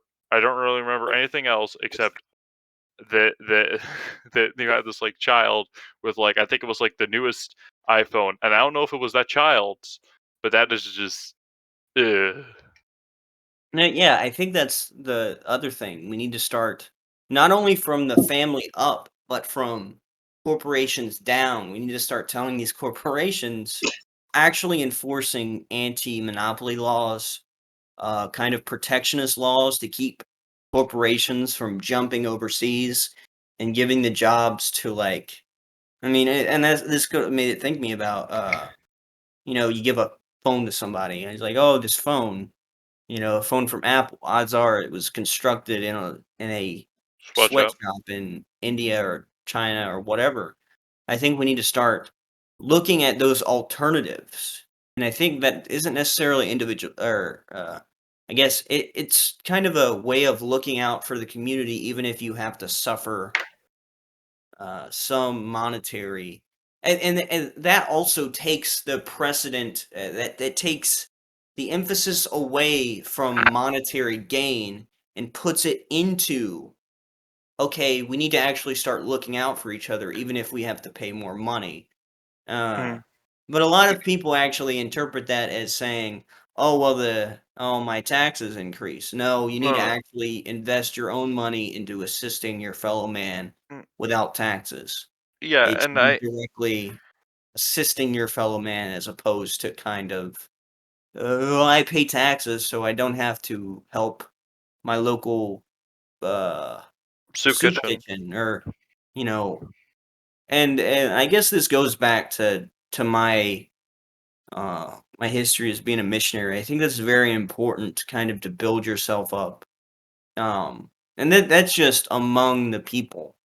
But I think the government needs to actually stand up, at least from for a larger extent, that these corporations are abusing people overseas. They need to hold these companies accountable, and uh, that's what they need to do. Because if they don't hold them accountable, we're not looking out for our fellow man. We're just kind of I have no problem with the markets being left as is if the markets aren't uh completely screwing over their fellow man. No, I mean If it's the the market guiding.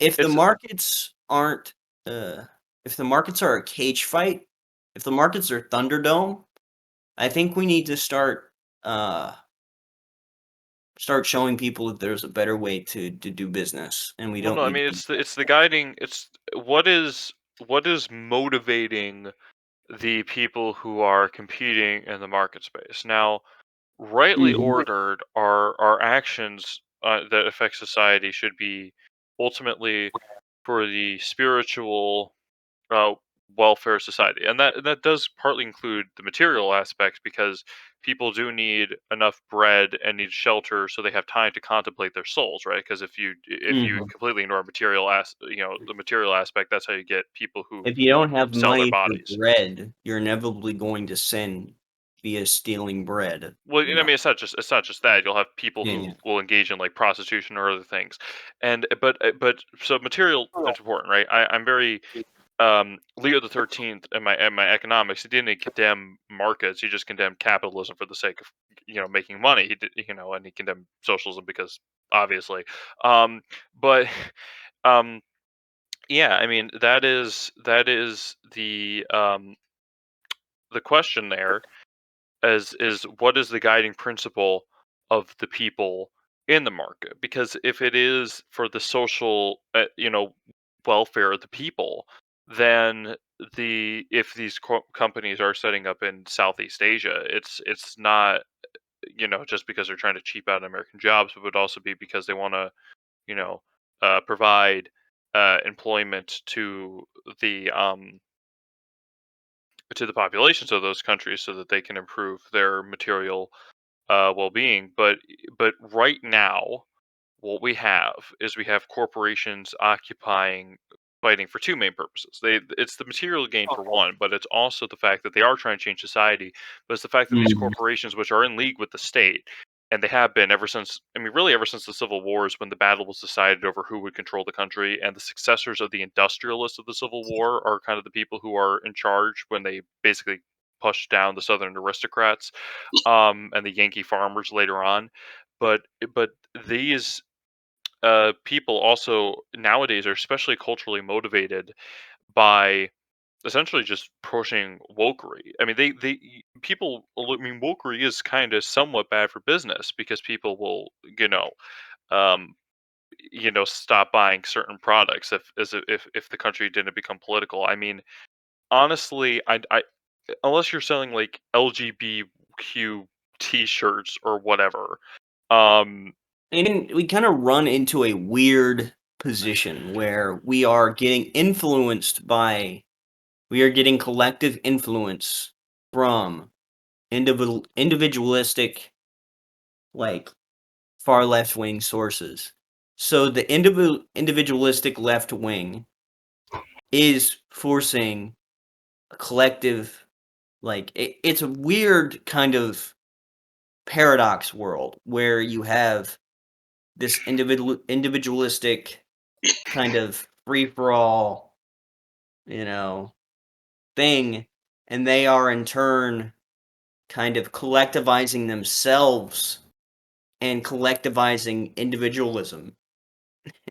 It's kind of a weird space.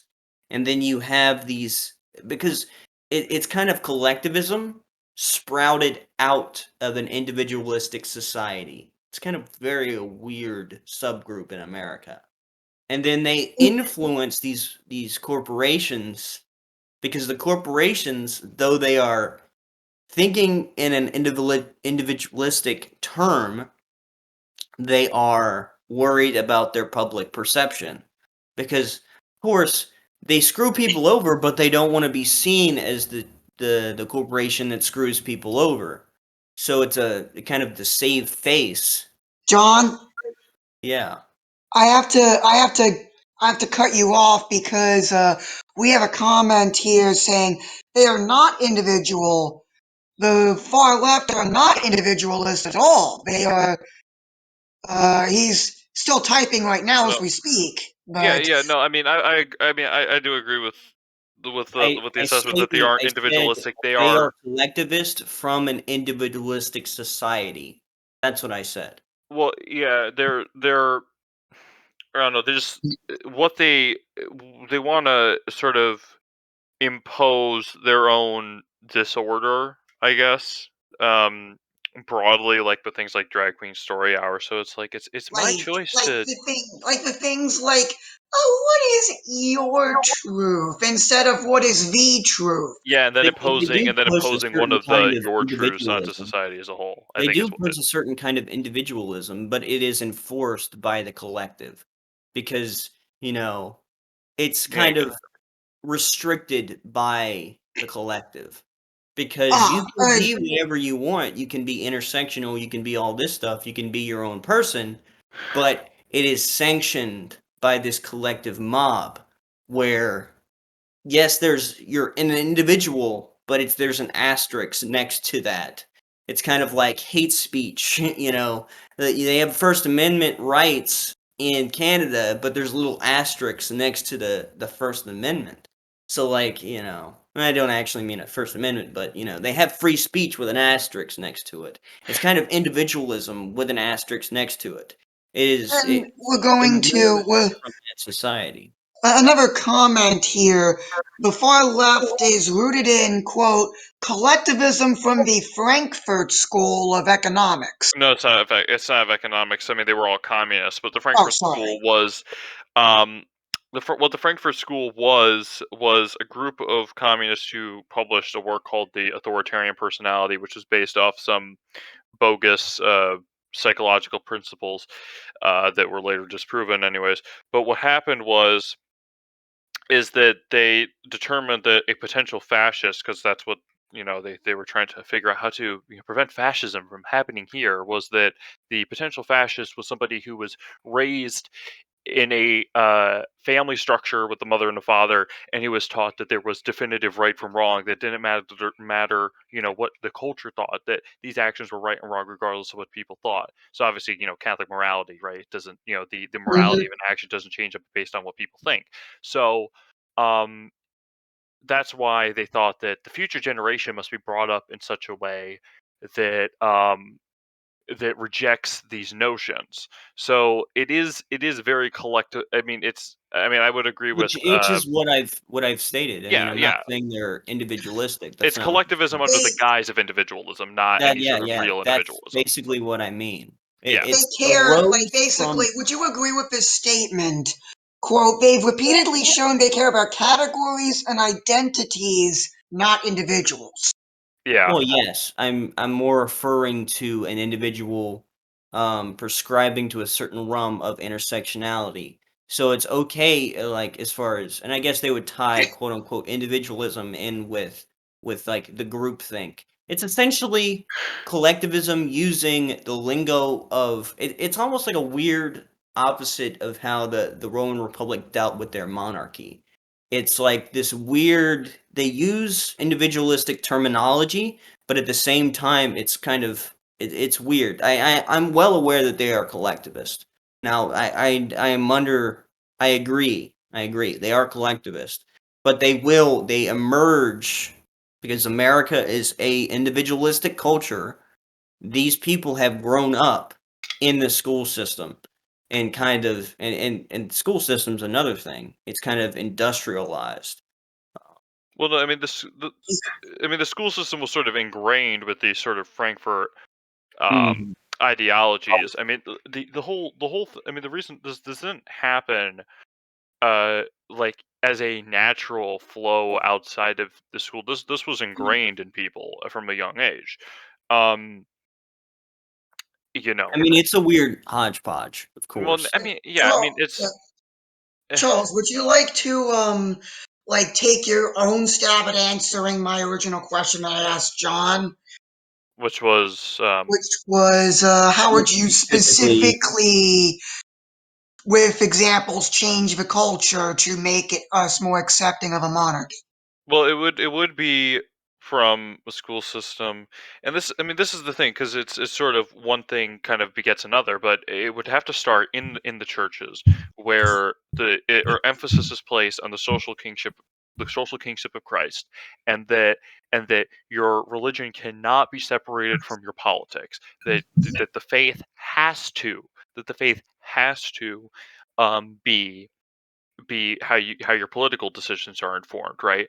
Regardless of whether or not your own personal feelings on a matter, you have to defer to church teaching, and then you must continue to do that, and so that will encourage at least some people in Catholic circles to start looking more at the church's political history and seeing things like De Regno, which is St. Thomas Aquinas' work on kingship, which I had to read, but I'm currently reading a bunch of Charles Cologne books. Anyways, just got another one today. Yay! Anyways, so so it's that, and then that would and so that will come with certain actions, parental reassertion of their control over the school system.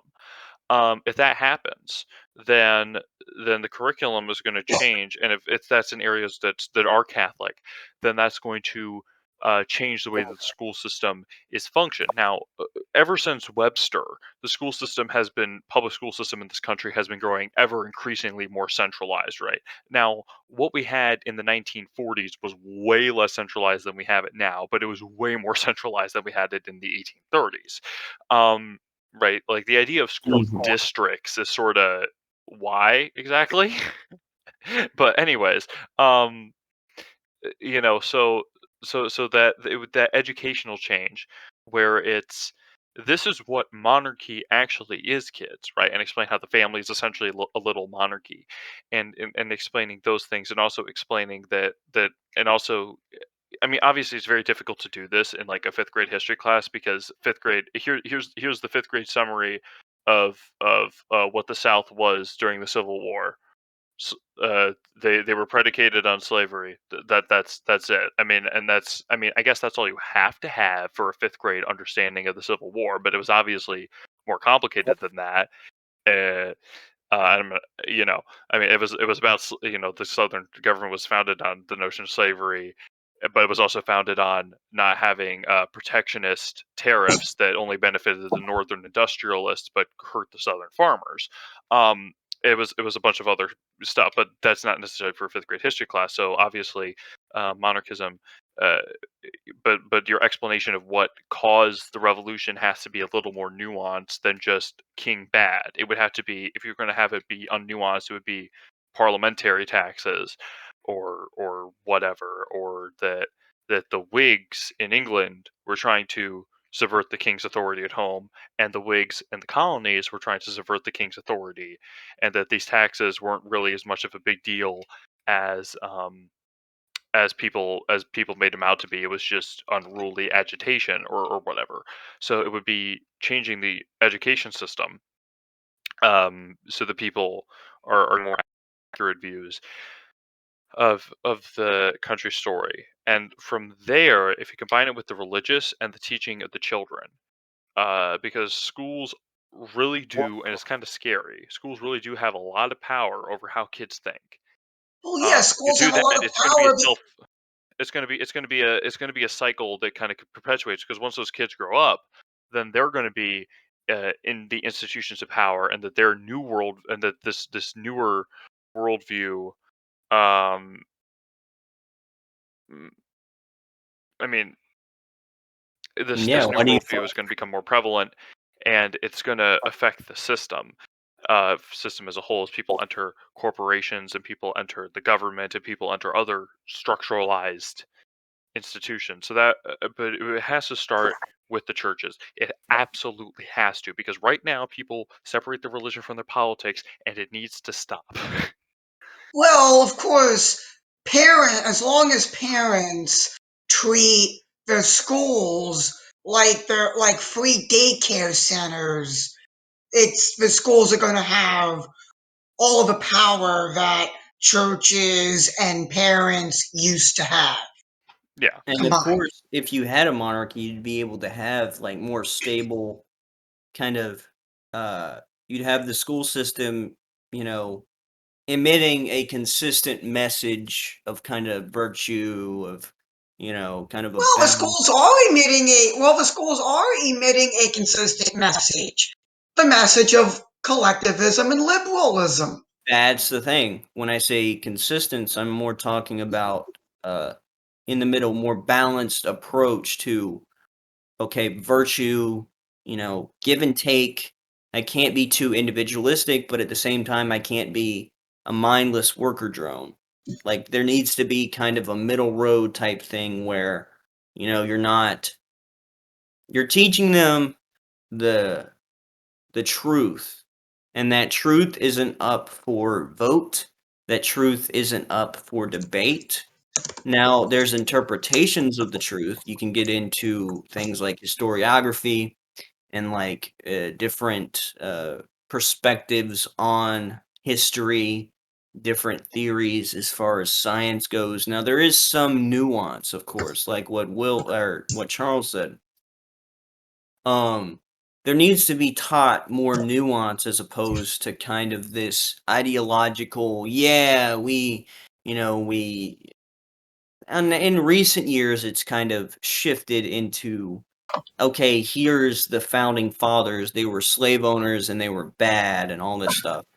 I think there needs to be a more nuanced approach to things like the American Revolution. The American Revolution was mainly started by landowners who needed kind of that didn't really like the taxes and saw their opportunity to split, and they split. Like the French Revolution. The French Revolution was incurred by a shortage of by a famine, and then the stockpile was short. So that's how that started. And then opportunist kind of ideologicalized it and kind of politicized it to the point where The it expanded into this. the upper merchant class riled the peasants up to Mhm. revolt in France. Yep. And I want to say a similar class riled the colonial American. You're seeing a pattern here. Yeah. No. I Really mean it. seeing a pattern. Yeah. The Yeah, American Revolution was led by the oligarchs who were in control, and they didn't like the fact that the royal governors could prevent them from doing things. I mean, um, no, no, no. I mean, the people who started the American Revolution already had most of the power in the colonies. It was just that the royal governors, who acted on behalf of the king, and sometimes the king himself could directly intervene, were we're not going to get it. We're not going to get into the whole. no, we're not going to get into. We're not Yeah, going to. No, no, no. I mean, we're not going to get into the whole Jacobite thing. I am quite tired and would like to go to bed. Um, the but I mean, the fact remains is that they wanted, if the revolution would allow them to seize power and boot out the royal governors, which is why people's taxes went up actually after the revolution because because like those poor farmers did not have a royal governor to appeal to. They didn't have a royal governor to appeal to block the legislature anymore. So, Yeah. yeah, and that is, I think, a really good place to wrap up for the night. Next We week, we already will go even back. 2 hours. Huh? What's up? Even 2 hours. That's pretty. I think that's the longest we've been on. Well, actually, it would be 2 hours and about a minute Yeah. because remember Yeah, we had the we Craigathon. have to, So we have to, we have to, we so have to, both the we have to intro, but with wrap. the outro, hold on. Yeah, yeah, the Uh, outro. Okay, so that next week we will go back to our regular programming of discussing the news of the week. We hope you enjoyed the episode. We will close in prayer. In the name of the Father, and of the Son, and of the Holy Spirit. Amen. Our Father who art in heaven, hallowed be thy name. Thy kingdom come, thy will be done on earth as it is in heaven. Give us this day our daily bread, and forgive us our trespasses, as we forgive those who trespass against us. And lead us not into temptation, but deliver us from evil. Amen. In the name of the Father, and of the Son, and of the Holy Spirit. Amen. All right. That wraps things up. The links to our social media sites, including our Discord server, in which we record this podcast Fridays at 8 p.m. Eastern Time, are in the description down below. A public meeting will be on January 23rd, 5:30 p.m. Eastern, in our Discord server, and it will be exclusive to our Discord server. We do not record these meetings. And so, for all of our guests that joined us tonight on this podcast, I am Victor Smith signing off. May God bless you, and may God bless the United States of America.